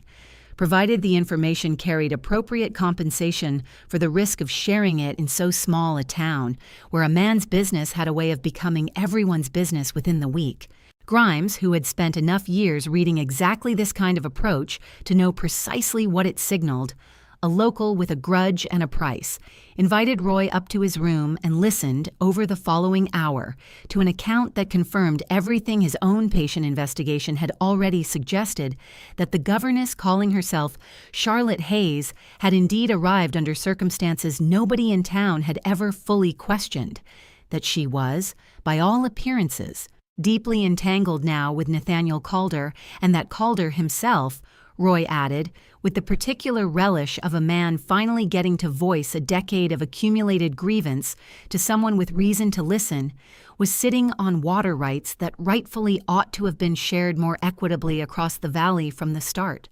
Water rights that a man in Mr. Grimes's evident position, working presumably for someone with resources and legal reach, might find useful leverage in encouraging Calder to reconsider, should the need for such encouragement arise. It was, in Roy's own mind, not quite betrayal, or rather, it was a betrayal he had convinced himself was justified by 10 years of accumulated unfairness, a decade of watching his own herds struggle on thin creek water, while Calder cattle grazed fat beside a spring that geography had simply handed to the wrong family. And if helping a stranger's cause happened to also weaken Nate Calder's standing enough to finally force a fairer arrangement on the water, Roy told himself, lying awake that night turning the calculation over one more time, then he was not so much betraying his neighbor as finally correcting an old injustice that had been sitting unaddressed for far too long. Grimes, for his part, paid Roy a modest sum for the confirmation and promised, vaguely and without any actual intention of delivering on it, that his employer would remember favorably any local assistance rendered in what he described only as a delicate family matter, and Roy rode home that night believing he had struck a shrewd bargain, understanding only much later, when the whole affair had played itself out to its conclusion, exactly how thoroughly he had misjudged both the town's loyalty and his own standing within it. Grimes wired Boston the following morning with his full confirmation, and Harlan Voss, reading the telegram in his Commonwealth Avenue study, felt the last of his patience, thin as it had been from the start, finally give way entirely to something closer to fury, that his property, as he continued privately to think of her, had not only escaped, but had apparently attached herself, within the span of a few months, to some rough Montana rancher, an insult layered on top of the original theft that he found, if anything, more intolerable than the theft itself. He booked passage west within the day, bringing with him not only his own considerable fury, but a document his lawyers had drawn up months earlier at his own insistence, back when the search had first begun, a paper that purported to establish a binding marriage contract between himself and Charlotte Danvers, based on the original agreement negotiated with her father, a document of dubious legal standing that Voss nonetheless intended to wield with the same confident force he wielded every other instrument of pressure in his considerable arsenal. banking correctly that a small frontier town's understanding of Massachusetts contract law would be uncertain enough to create at least a useful window of confusion, and banking less correctly as it would turn out. That confusion alone would be sufficient to accomplish what 4 months of detective work had not. Charlotte learned of the stranger's questions the same evening Josie's note reached the ranch, and she spent that night in a state of quiet, controlled dread that Nate recognized immediately, having watched her face carefully enough over the preceding months to know the particular stillness she wore when fear threatened to overwhelm her composure entirely. "He's found me," she said simply, reading Josie's note twice over by lamplight. Her hands, Nate noticed, entirely steady even as her voice carried an undertone he hadn't heard from her since that first night at the water tower. "Or close enough to finding me that it hardly matters which. Voss doesn't send a man 400 miles to ask idle questions, Nate. He sends a man to confirm a fact he already suspects, and once it's confirmed, he'll come himself. Because a man like Harlan Voss does not trust anyone else to reclaim what he considers his." "Then we'll be ready for him," Nate said, and there was a quiet, settled certainty in his voice that Charlotte had come, over the preceding months, to trust more completely than almost anything else in her life. "This is not Boston, Charlotte. Whatever power his money bought him back there, out here, he's just one man with a lawyer's paper and a temper, standing in a town that's already decided you belong to it. I won't pretend that doesn't worry me some, because men with that kind of money don't often lose gracefully, and I'd be a fool to tell you there's no risk in what's coming. But I'll tell you what I told you back in January, snow still on the ground, and Emma just barely warmed through. I'd rather stand next to the whole truth of you and face whatever comes of it than have kept you safe by keeping you hidden and small, the way that man already tried to keep you once. We'll meet him together, whatever shape his coming takes, and we'll meet him with the whole town standing behind us because that's what this town does, Charlotte, when it finally decides somebody belongs to it. I've watched it happen with the walk-in cellar flooding out at the Merrick's place, and I've watched it happen with barn fires and bad winters and every other trouble this valley has thrown at one of its own over the years I've lived in it, and I promise you, it will happen now, for you, exactly the same way." Charlotte set the note down at last and let herself, for the first time since reading it, lean into the solid warmth of him, and found, even with dread still sitting cold in her stomach, that his certainty was contagious in a way she badly needed it to be, because whatever was coming down the rail line from Boston, she understood now that she would not be facing it the way she had faced Harlan Voss the first time, alone, in a closed study, with no one in the world willing to stand between her and the decision already made on her behalf. This time, she had an entire town at her back and a man beside her who had already proven, in the worst hour of a January blizzard, exactly how far he was willing to go for the people he had decided to love. Harlan Voss arrived in Prairie Hollow on the second Tuesday of March, stepping down from the eastbound turned westbound connection at the depot, with the particular unhurried confidence of a man who had never once, in 46 years, doubted his ability to bend a situation to his own satisfaction, dressed in a charcoal wool coat and polished boots entirely unsuited to the mud of a Montana thaw, carrying a leather portfolio under one arm that held, among other papers, the marriage contract his lawyers had drafted and the letters his money had purchased along 400 miles of railway. Silas Grimes met him at the platform, having wired ahead confirmation of the arrangements he'd made, and the two men walked the short distance to Main Street together, Voss taking in the modest storefronts and the mud-churned street with an expression of faint, undisguised contempt that would have told anyone watching exactly how little regard he held for the town he had come to conquer. Word of his arrival reached the Calder ranch within the hour, carried at a hard gallop by one of Josie's boarders, who had recognized, from Grimes's earlier careful descriptions of his employer, exactly who the well-dressed stranger stepping off the afternoon train must be, and Nate and Charlotte rode into town together that same afternoon, not because either of them believed in facing trouble halfway, but because both of them understood, without needing to discuss it, that whatever confrontation was coming would happen faster and more dangerously if Charlotte was not present to speak for herself, and slower and more carefully if the whole matter unfolded in the open street where the town itself could bear witness to whatever Voss intended to claim. They found him waiting on the boardwalk outside the sheriff's office, having gone there directly, it turned out, to demand that Sheriff Dawson assist him in what he described. In the carrying voice of a man accustomed to being obeyed the moment he explained a situation,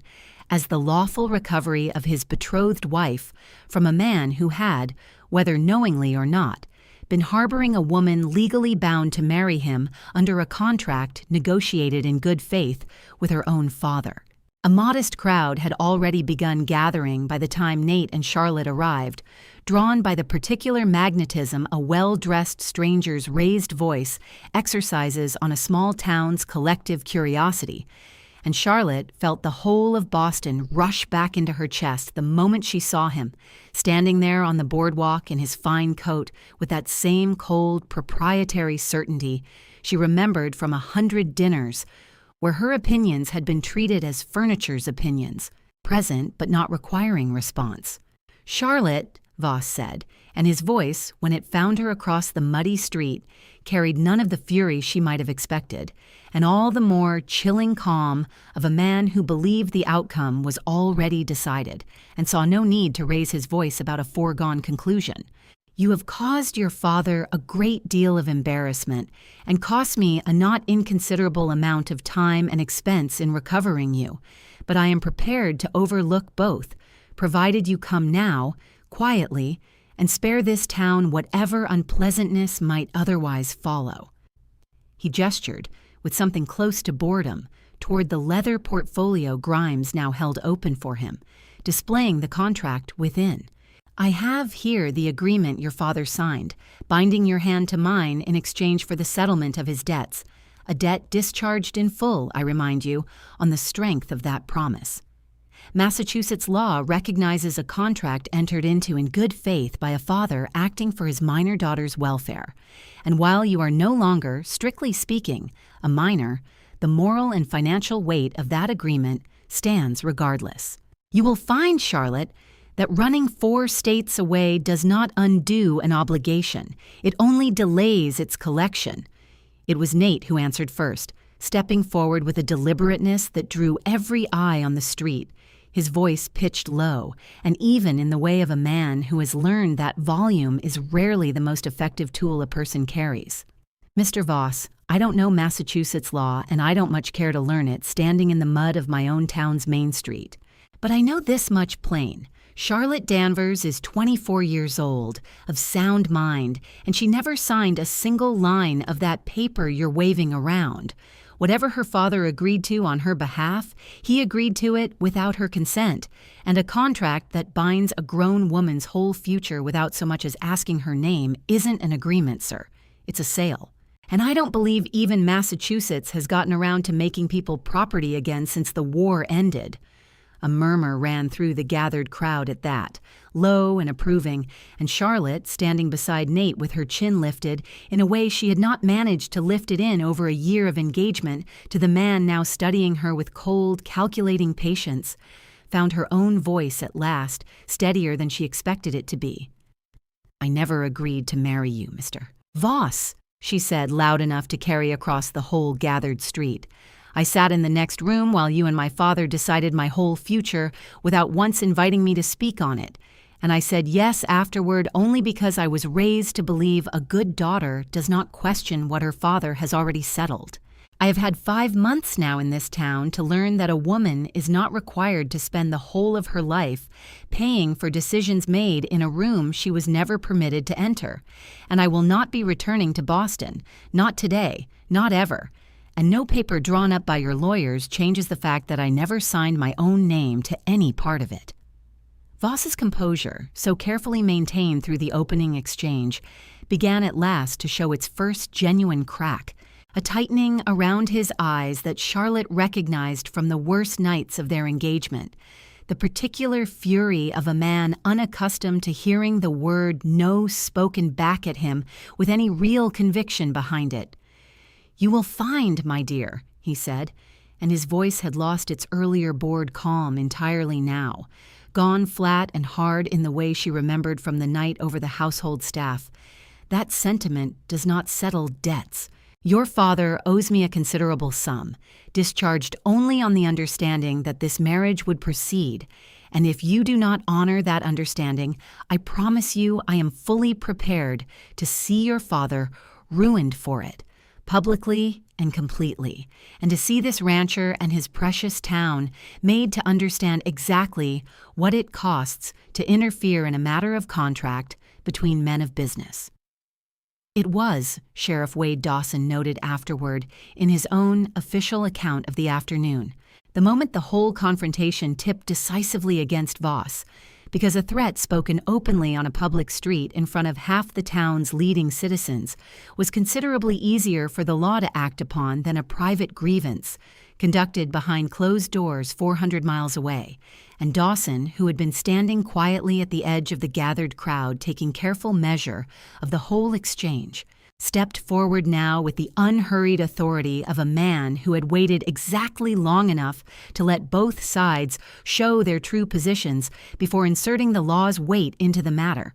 "Mr. Voss," Sheriff Dawson said, and his voice carried the particular flat authority of a man who had spent 11 years learning exactly how much weight his badge could bring to bear on a situation before he needed to raise it any further. "I've stood here and listened to you wave a paper around and threaten a man's business and this town's peace, and I'll tell you plain what I make of it. That contract you're holding, whatever it says, was never signed by the woman it claims to bind, and a paper that a person never put their own name to isn't worth the ink it's written in this territory or any other I've ever heard the law described in. I've got Reverend Pratt right there in that crowd who'll confirm for you that Miss Danvers has been a member of this congregation in good standing for 5 months, and I've got a dozen other citizens standing right here who'll swear to the same, that she came to this town of her own free will and has conducted herself honestly every day since, and I've got no paper, no telegram, no court order from any jurisdiction giving you the authority to remove a grown woman from a territory against her stated wishes. What I do have, Mr. Voss, is a public threat you just made against a private citizen's business and reputation, spoken loud enough for half this street to hear it, and I'll remind you that extortion is a crime in Montana Territory, same as it is in Massachusetts, and I'd be well within my rights to hold you right here until the circuit judge comes through next month to sort out exactly how seriously you meant that threat." The crowd's murmur swelled at that into something closer to open approval, and Voss, understanding with the particular quick calculation of a man who had built an empire on knowing exactly when a position had become untenable, seemed for the first time genuinely to register that he was not, in fact, standing in a room where his money and his certainty could simply out-argue whatever inconvenient facts stood in his way. It was in that moment of Voss's visible hesitation that Roy Buford's part in the whole affair finally came fully into the light, because Silas Grimes, sensing the ground shifting dangerously beneath his employer's position and unwilling to absorb any legal consequence on his own account, offered up, in a hurried attempt to redirect the sheriff's evident displeasure elsewhere, the name of the local rancher who had provided the confirming information that had brought them to Prairie Hollow in the first place, a disclosure he clearly believed would simply implicate Roy alongside himself, but that instead, in the small, tight economy of a town's collective memory, detonated with considerably more force than Grimes anticipated. "Roy Buford," Dawson repeated, turning slowly to find the man himself standing at the edge of the crowd, having drifted closer over the preceding minutes with the particular morbid curiosity of a man watching a fire he'd helped set spread further than he intended, and the look that crossed Roy's face in that instant, caught between the sheriff's flat stare and the sudden turning of dozens of neighbors' eyes toward him, told the whole story more completely than any confession could have. "You sold information about Miss Danvers to this man's detective," Dawson said, not quite a question, "for money, and you did it, if I've got the shape of this right. hoping it might weaken Nate Calder's standing enough in this town to finally shake loose that water dispute you've been nursing for the better part of a decade. Roy opened his mouth to offer some version of the justification he'd rehearsed to himself lying awake that night in his own bed, about fairness and old injustices and a decade of unequal water, but the words, faced with the actual weight of a whole town's attention, dried up somewhere in his throat, because the plain truth of what he'd done, betraying a neighbor's household for a stranger's money in hopes of gaining leverage over a water dispute, sounded considerably uglier spoken aloud in front of the whole of Prairie Hollow than it had sounded in the privacy of his own calculating mind. Maribel Tuttle, standing near the front of the gathered crowd, was perhaps the loudest voice in the wave of open disapproval that followed,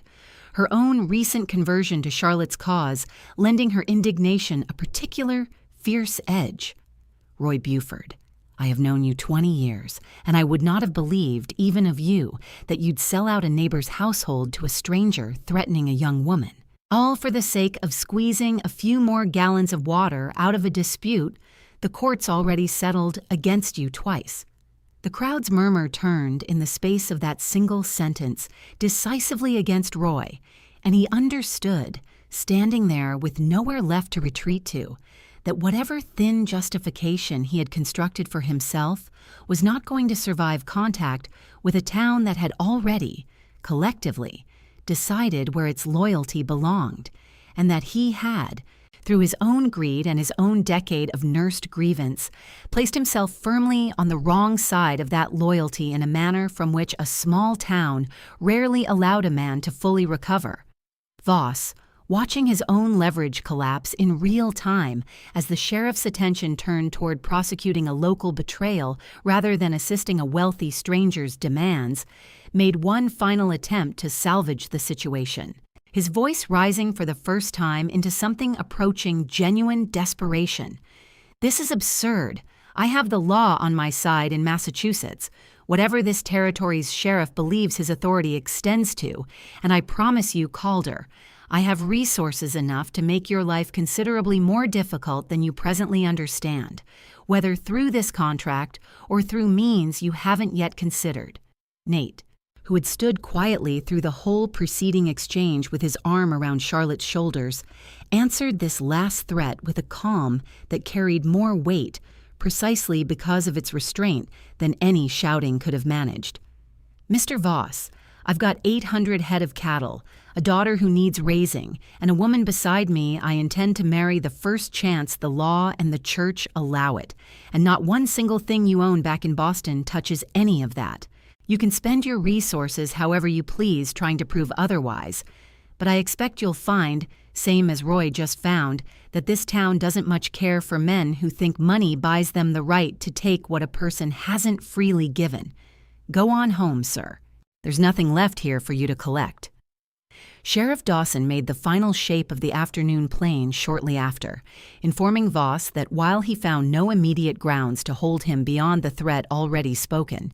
he would be escorting him personally to the next eastbound train, departing within the hour, and that he expected, given the public nature of the extortion attempt just witnessed by a considerable portion of the town's population, that any further attempt to pursue Charlotte Danvers through legal or financial pressure would find a considerably less patient reception from both the territorial courts and this particular sheriff's office than Voss had perhaps anticipated when he boarded the train west. Voss left Prairie Hollow that same afternoon, Silas Grimes trailing behind him with the resigned posture of a man calculating how much of his fee he still expected to collect, and the last Charlotte or Nate or anyone else in Prairie Hollow ever saw of Harlan Voss was his charcoal coat disappearing into the eastbound car, his face set in a fury that had nowhere left to spend itself, defeated not by force or by law exactly, but by the plain, accumulated weight of a whole town's decision that Charlotte Danvers belonged to them now,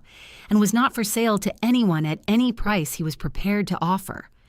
The weeks that followed Voss's departure brought a slow, satisfying reckoning to Roy Buford's affairs, though it came, in the end, not through any punishment the sheriff imposed, since Dawson, after consulting with the circuit judge by telegram, determined that Roy's actions, however shabby, fell short of a crime the territorial law could clearly prosecute. But through the far more thorough and far more personal justice, a small town extracts from a man who has broken its trust in a manner everyone witnessed firsthand. Prairie Hollow did not organize any formal punishment against Roy Buford. It did something considerably more effective. In its own quiet way, it simply stopped extending him the countless small courtesies that make a rancher's life in that country possible at all. The bank suddenly less flexible about his line of credit, the feed supplier requiring payment closer to delivery, neighbors somehow already committed elsewhere whenever branding season came and Roy needed hands, a coincidence repeated with suspicious consistency across nearly every ranch in the district. It was not cruelty exactly, nothing so dramatic as anyone refusing him outright. It was simply the particular, devastating quietness of a community withdrawing its collective goodwill from a man who had shown exactly how little he valued anyone else's trust when weighed against his own advantage. By late April, with his spring accounts coming due and his credit dried up on every side, Roy found himself with no realistic option but to sell off the northern acreage he had spent a decade coveting his way toward acquiring from Nate, selling it instead, in a final irony several people in town noted with something between satisfaction and genuine pity, to a consortium of smaller ranchers who split the parcel between them at a price considerably below what the land would have fetched a year earlier. Roy himself left the district entirely by early summer, moving on to try his hand at ranching somewhere in the Dakota country, and Nate, hearing the news of his departure from Zeke one warm evening in June, found in himself no particular satisfaction in it, only a kind of tired sadness that a man could spend a whole decade so thoroughly poisoned by envy over a few acres of water rights that he ended up losing considerably more than the water was ever worth. "I don't wish him ill, Zeke," Nate said, sitting on the porch with the last of the evening light going gold over the west ridge. "I wish he'd learned, somewhere along the way, that a man's got more to gain being decent to his neighbors than he ever gets from outmaneuvering them. Water only goes so far toward a good life. The rest of it, near as I can tell, comes from exactly the kind of thing Roy spent 10 years too jealous to notice he already had plenty of, if he'd only looked at it right." It was on one of those long, warming spring evenings, some weeks after Voss's train had carried him back toward Boston and Roy Buford's fortunes had begun their slow, inevitable unraveling, that Nate finally asked Charlotte the question both of them had known, in some quiet, unspoken way, was coming since the night of the blizzard, though he had waited deliberately until the last shadow of danger from Boston had fully passed, wanting her to say yes when the moment came, entirely free of any fear that might color the answer. He asked her on the porch, at the hour just before full dark when Emma had already been tucked into bed, and the two of them had fallen into the habit, these last weeks, of sitting together in the particular comfortable quiet that comes after a long day's work is finished, and he did not make any elaborate speech of it, because that was not. Charlotte had come to understand and to love about him, the way Nathaniel Calder generally did things.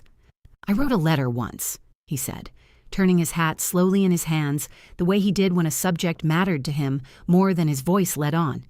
"Back before you ever came through here, asking an agency out east to send me a wife. Josie's told you that part, I expect, by now, on account of she's never been much good at keeping a secret from a person she cares about, which I mean as a compliment to her, not a complaint.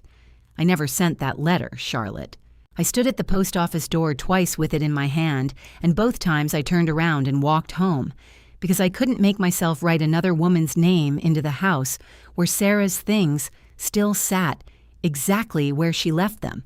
And I told myself that meant I wasn't ready, and maybe I wasn't. Not then. But I've had 5 months now to watch you make a home out of that house without erasing a single thing that mattered about the woman who made it a home before you. 5 months to watch you love my daughter like she's your own, without once asking her to forget her own mother. 5 months to understand that what I was afraid of, writing that letter, wasn't really about being ready. It was about not yet having met the particular person who'd make the fear feel worth risking anyway. I know now I have. I love you, Charlotte Danvers, plain and complete, not as some arrangement I settled for because a house needed running or a girl needed teaching, but as the whole of what I want the rest of my life to look like. If you'll have it, and have me alongside it, will you marry me? Charlotte, who had cried more in the last 2 hours of that porch conversation about the letter he'd never sent than she had in the whole preceding month of standing up to Harlan Voss's fury, found herself laughing through the tears now, the particular helpless laughter of a woman whose whole heart has simply run out of room to hold anything but joy. I climbed off a freight train in the dark 5 months ago with nothing but a valise and a stolen name, she said, because I understood finally that I would rather have nothing at all than a life someone else had decided for me without asking. I did not come here looking for you, Nate.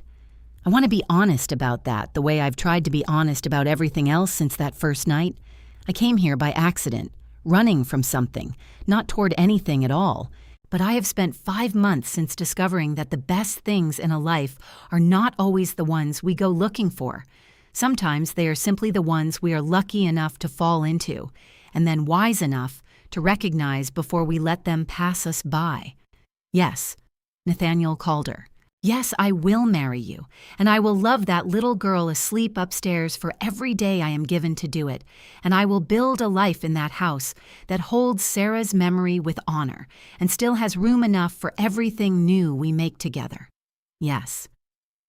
Emma took the news of the engagement with an enthusiasm so complete and so immediate that Nate later admitted he'd worried, for one brief comic moment, that she might actually make herself sick from the sheer force of her own excitement, launching herself first at her father and then at Charlotte, with a shrieking joy that brought Zeke running from the barn to see what disaster had befallen the household,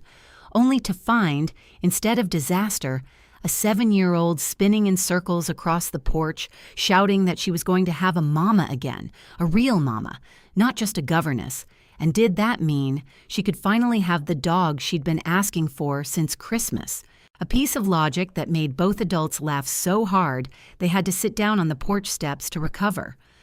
"One thing at a time, Emma," Nate managed finally, wiping his eyes. "Let's get through the wedding before we take on a dog." Though Charlotte, catching his eye over Emma's bouncing head, understood already that the dog was very much a settled matter, postponed only by a matter of weeks rather than genuinely in doubt.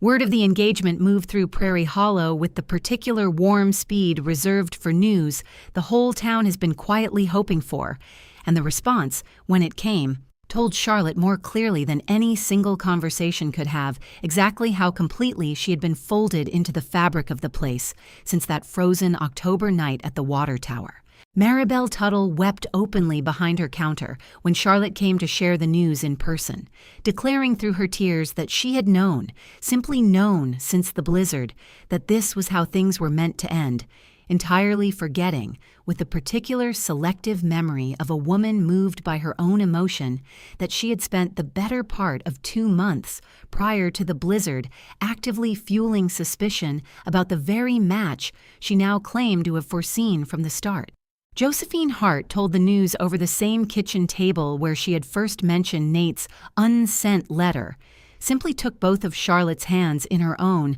and said quietly, "I told you the things we're too afraid to reach for arrive anyway, wearing a different coat. I'm glad you finally let yourself notice it was happening, Charlotte. I was starting to worry I'd have to say it a 3rd time before it took." Reverend Amos Pratt, approached about performing the ceremony, agreed with such evident delight that he began, on the spot, suggesting readings and hymns before either Nate or Charlotte had settled on so much as a date, and it took Josie's gentle intervention to remind him that the couple might like some say in the planning of their own wedding before the whole town ran ahead of them with enthusiasm. They settled. In the end, on the last Saturday in April, timing chosen deliberately to fall after the worst of the spring, mud had dried enough for the roads to carry wagons comfortably from the outlying ranches, And in the 6 weeks between the engagement and the wedding day, Charlotte found herself swept into a whirlwind of preparation that felt in its warmth and its total lack of any calculation or contract behind it, like the precise opposite of the wedding preparations she had endured in Boston a year earlier. There was no fitting for an elaborate French lace gown selected by a man who had never once asked her preference. There was, instead, an afternoon spent with Josie and Maribel and 3 other women from the congregation. All of them gathered around Josie's kitchen table with bolts of soft blue cotton and a pattern Charlotte herself had chosen, sewing together a simple, lovely dress that fit the particular unpretentious beauty of the occasion far better than any Boston tailor's elaborate confection ever could have. There was no negotiation over which family's household staff would be retained or dismissed. There was, instead, Zeke quietly building a new set of kitchen shelves as his wedding gift, worked on in stolen hours over several weeks and kept as a surprise until the day itself. And there was Emma, taking her assignment as flower girl with the same total, overwhelming seriousness she brought to every task Charlotte had ever set before her, practicing her walk down an imaginary aisle in the yard so many times that Nate joked she'd worn a visible path in the grass before the actual day even arrived. Charlotte wrote one letter in those 6 weeks that she considered, turning it over many times before finally committing it to paper, a letter to her father, the first communication she had sent back to Boston since climbing out that stairwell window 7 months earlier. She did not soften the whole of what she had to say, understanding by then that softening it would serve no one, least of all her father. But she wrote it without the anger that had carried her out that window in the first place. Anger that had, somewhere in the accumulated warmth of a Montana winter and a rancher's steady love, finally burned down into something calmer and more clear-eyed. She told him she had found a home and a man who loved her as a person rather than a settlement of debts, and a little girl who called her, some days now, almost by accident and always with a small, startled joy afterward, by the name Mama. She told him she forgave him, not because what he had done deserved easy forgiveness, but because she had decided, watching Nate love his daughter and his land and his town with such complete, ungrudging generosity, that she did not want to carry bitterness into the marriage she was about to enter, and that releasing her father from her anger was, in the end, a gift she was giving herself as much as him. She did not receive a reply before the wedding day arrived, and she told herself, folding away the unanswered space where a response might eventually come, that she had done what she needed to do, regardless of whether her father proved capable of meeting her halfway, and that some doors could be left open without a person needing to stand in them, waiting for someone else to walk through. The wedding day itself dawned clear and mild, the last Saturday in April delivering exactly the kind of soft, golden light that made the whole valley look, Charlotte thought, standing at the window of her old room in the Hart House one final time, before Josie helped her into the blue cotton dress the women had sewn together, like a place built specifically to hold a beginning rather than an ending. The little Methodist church at the head of Main Street filled that morning with more of Prairie Hollow than Reverend Pratt could ever remember gathering for a single wedding. Ranching families who had driven in from 20 miles out, the whole of the congregation, Maribel Tuttle in a hat she had clearly saved for a special occasion, Sheriff Dawson standing near the back in his good coat, and even Alderman Foss from the bank, who had quietly extended Nate a small loan toward the wedding celebration itself without being asked, a gesture Nate suspected, though never confirmed, was Foss's own quiet penance for how coldly the bank had treated Roy Buford that same spring, as if the whole town understood instinctively that some accounts needed balancing in both directions at once.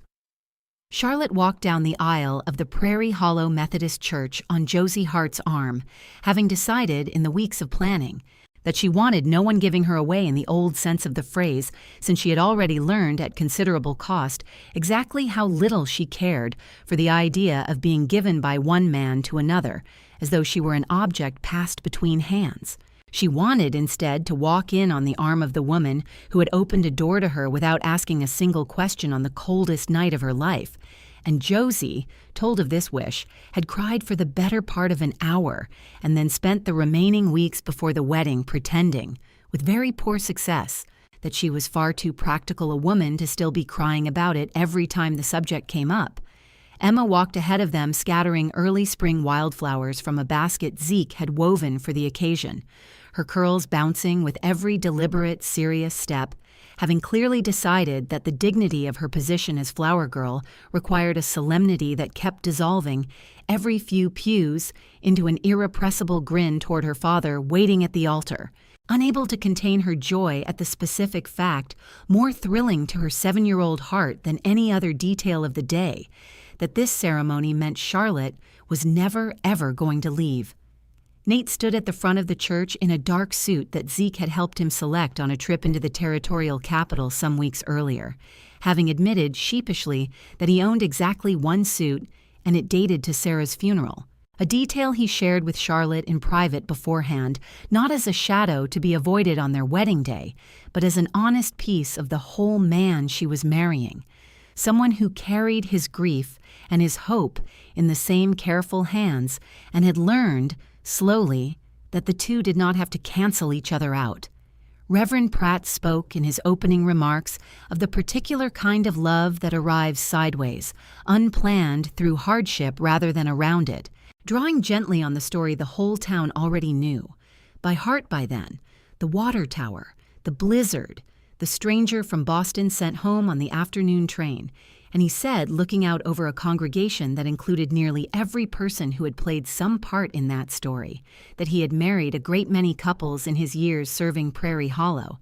But he could not recall another wedding where the whole community felt so completely that it was not simply witnessing a ceremony, but participating in the actual completion of something it had helped build with its own hands, plank by plank, the way Josiah Calder had once built a ranch house with his own hands 3 decades before. When the moment came for vows, Nate spoke his plainly, the way he did most things, promising to love Charlotte as steadily as he loved this land and this daughter and this town, which was, everyone in the church understood without needing it, explained further, the deepest promise a man like Nathaniel Calder knew how to make. Charlotte, when her turn came, found the words arriving easier than she'd expected, though she had worried in the days leading up to the wedding that some old fear from Boston might rise up and steal her voice at the exact moment she needed it most. It did not. She looked at Nate, and at Emma standing just beside them,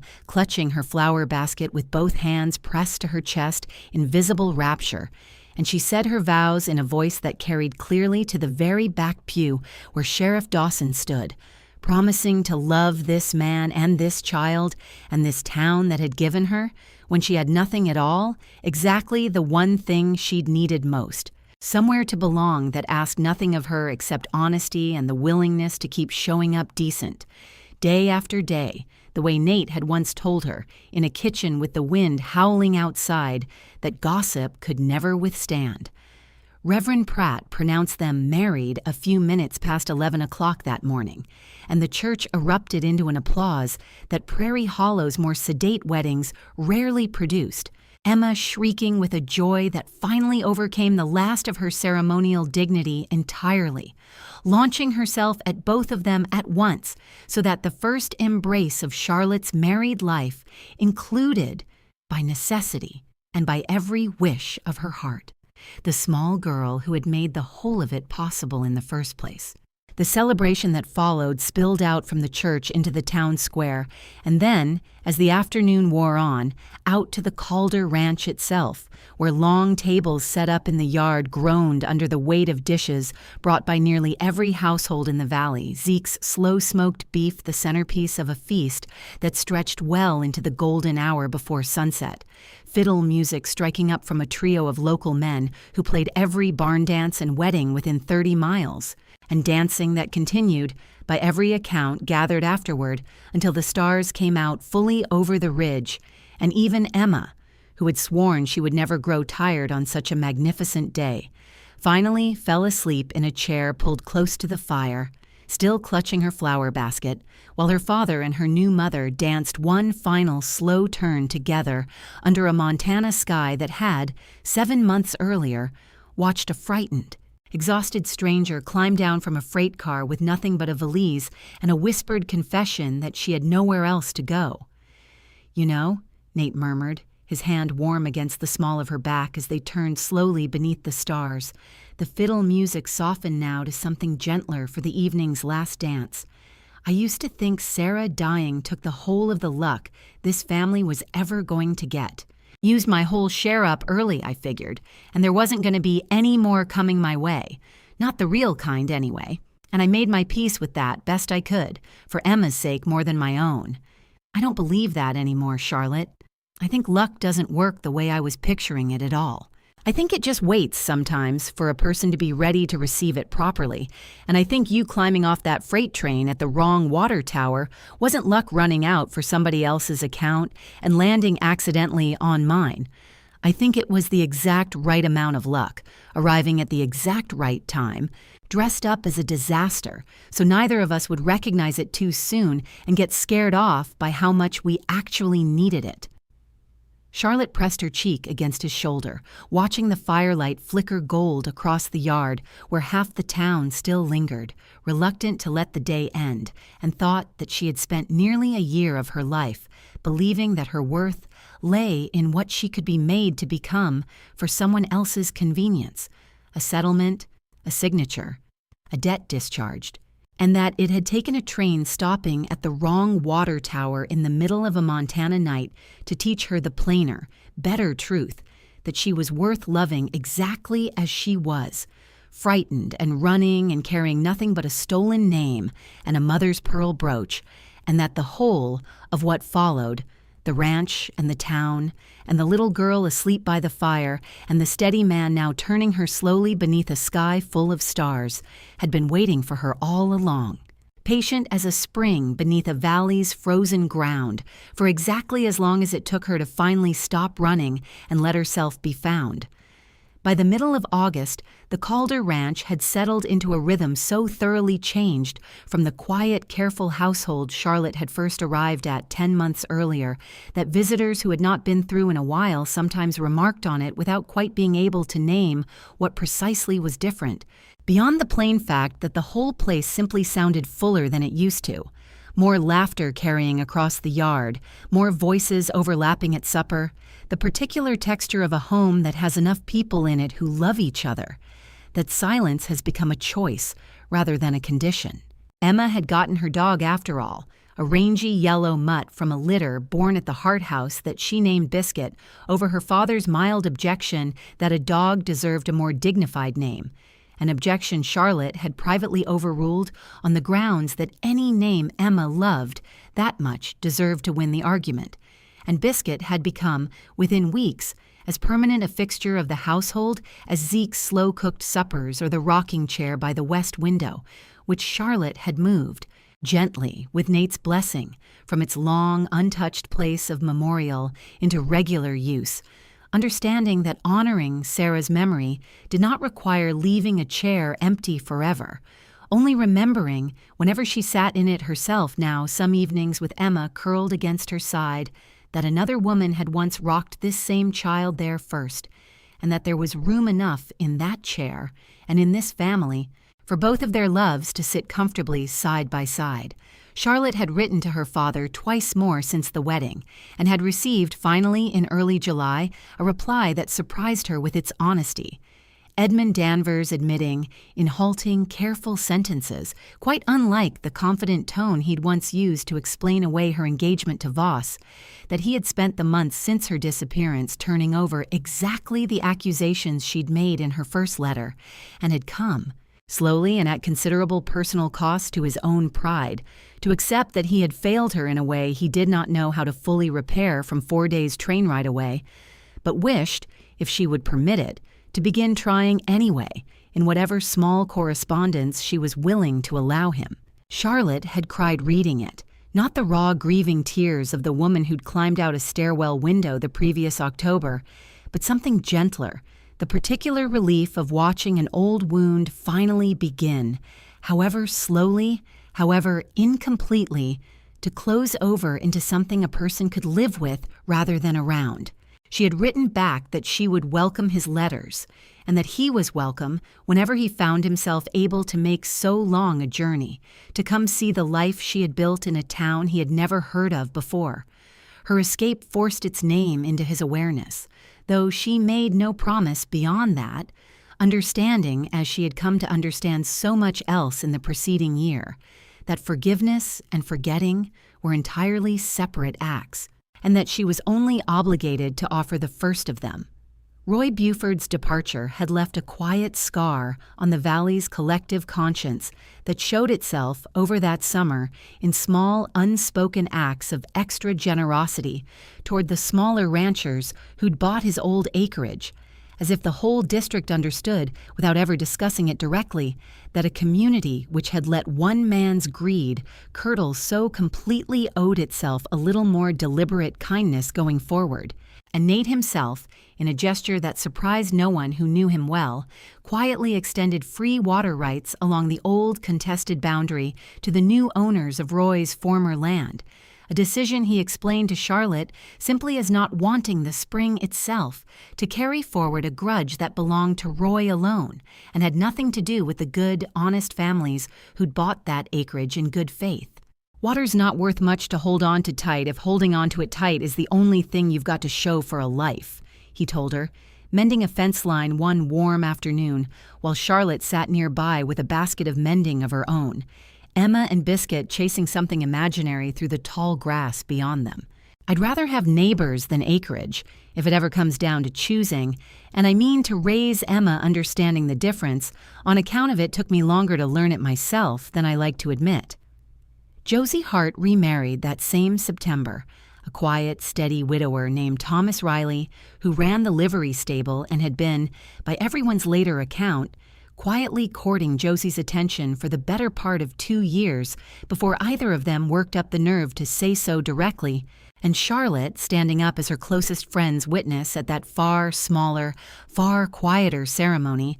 thought about the strange, patient way love seemed to move through Prairie Hollow, arriving late and sideways for nearly everyone she'd come to care about in that town, as though the whole place operated on some slower, more deliberate clock than the rest of the world, one that valued a thing arriving honestly over a thing arriving quickly. Maribel Tuttle, for her part, had become perhaps the fiercest defender of Charlotte's story in the whole valley, prone to correcting, with considerable indignation, any new arrival or passing traveler who dared repeat some half-remembered, garbled version of the tale that didn't give Nate and the whole town sufficient credit for their part in it. And Charlotte had long since decided that Maribel's particular gift for gossip, redirected now entirely toward good ends, was simply one more piece of the strange, imperfect, deeply loyal machinery that made a town like Prairie Hollow function at all.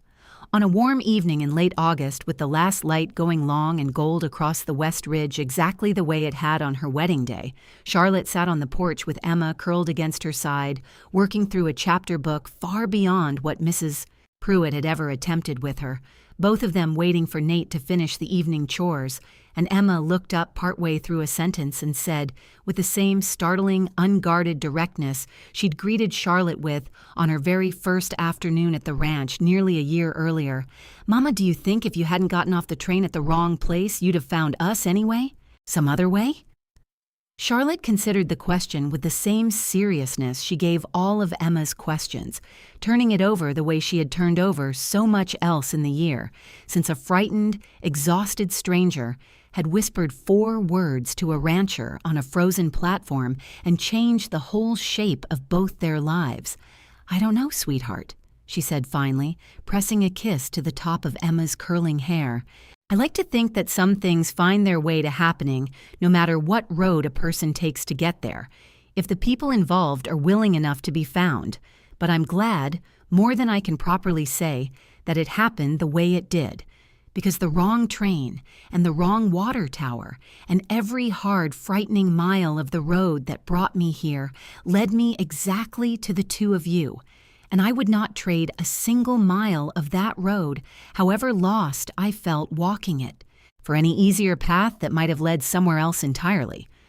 Nate came up the porch steps just then, catching the tail end of the answer, and settled beside them with the particular unhurried contentment of a man who had, after 2 years of careful, quiet grief, finally let himself be fully, unguardedly happy again. And the three of them sat together as the light faded gold, and then rose-colored, and then finally dark over the valley. Biscuit sprawled asleep across everyone's feet at once, a family built out of accident and courage, and a whole town's stubborn, patient loyalty, exactly as unlikely and exactly as inevitable, looking back on it now, as any of them could have imagined on the frozen October night it all began.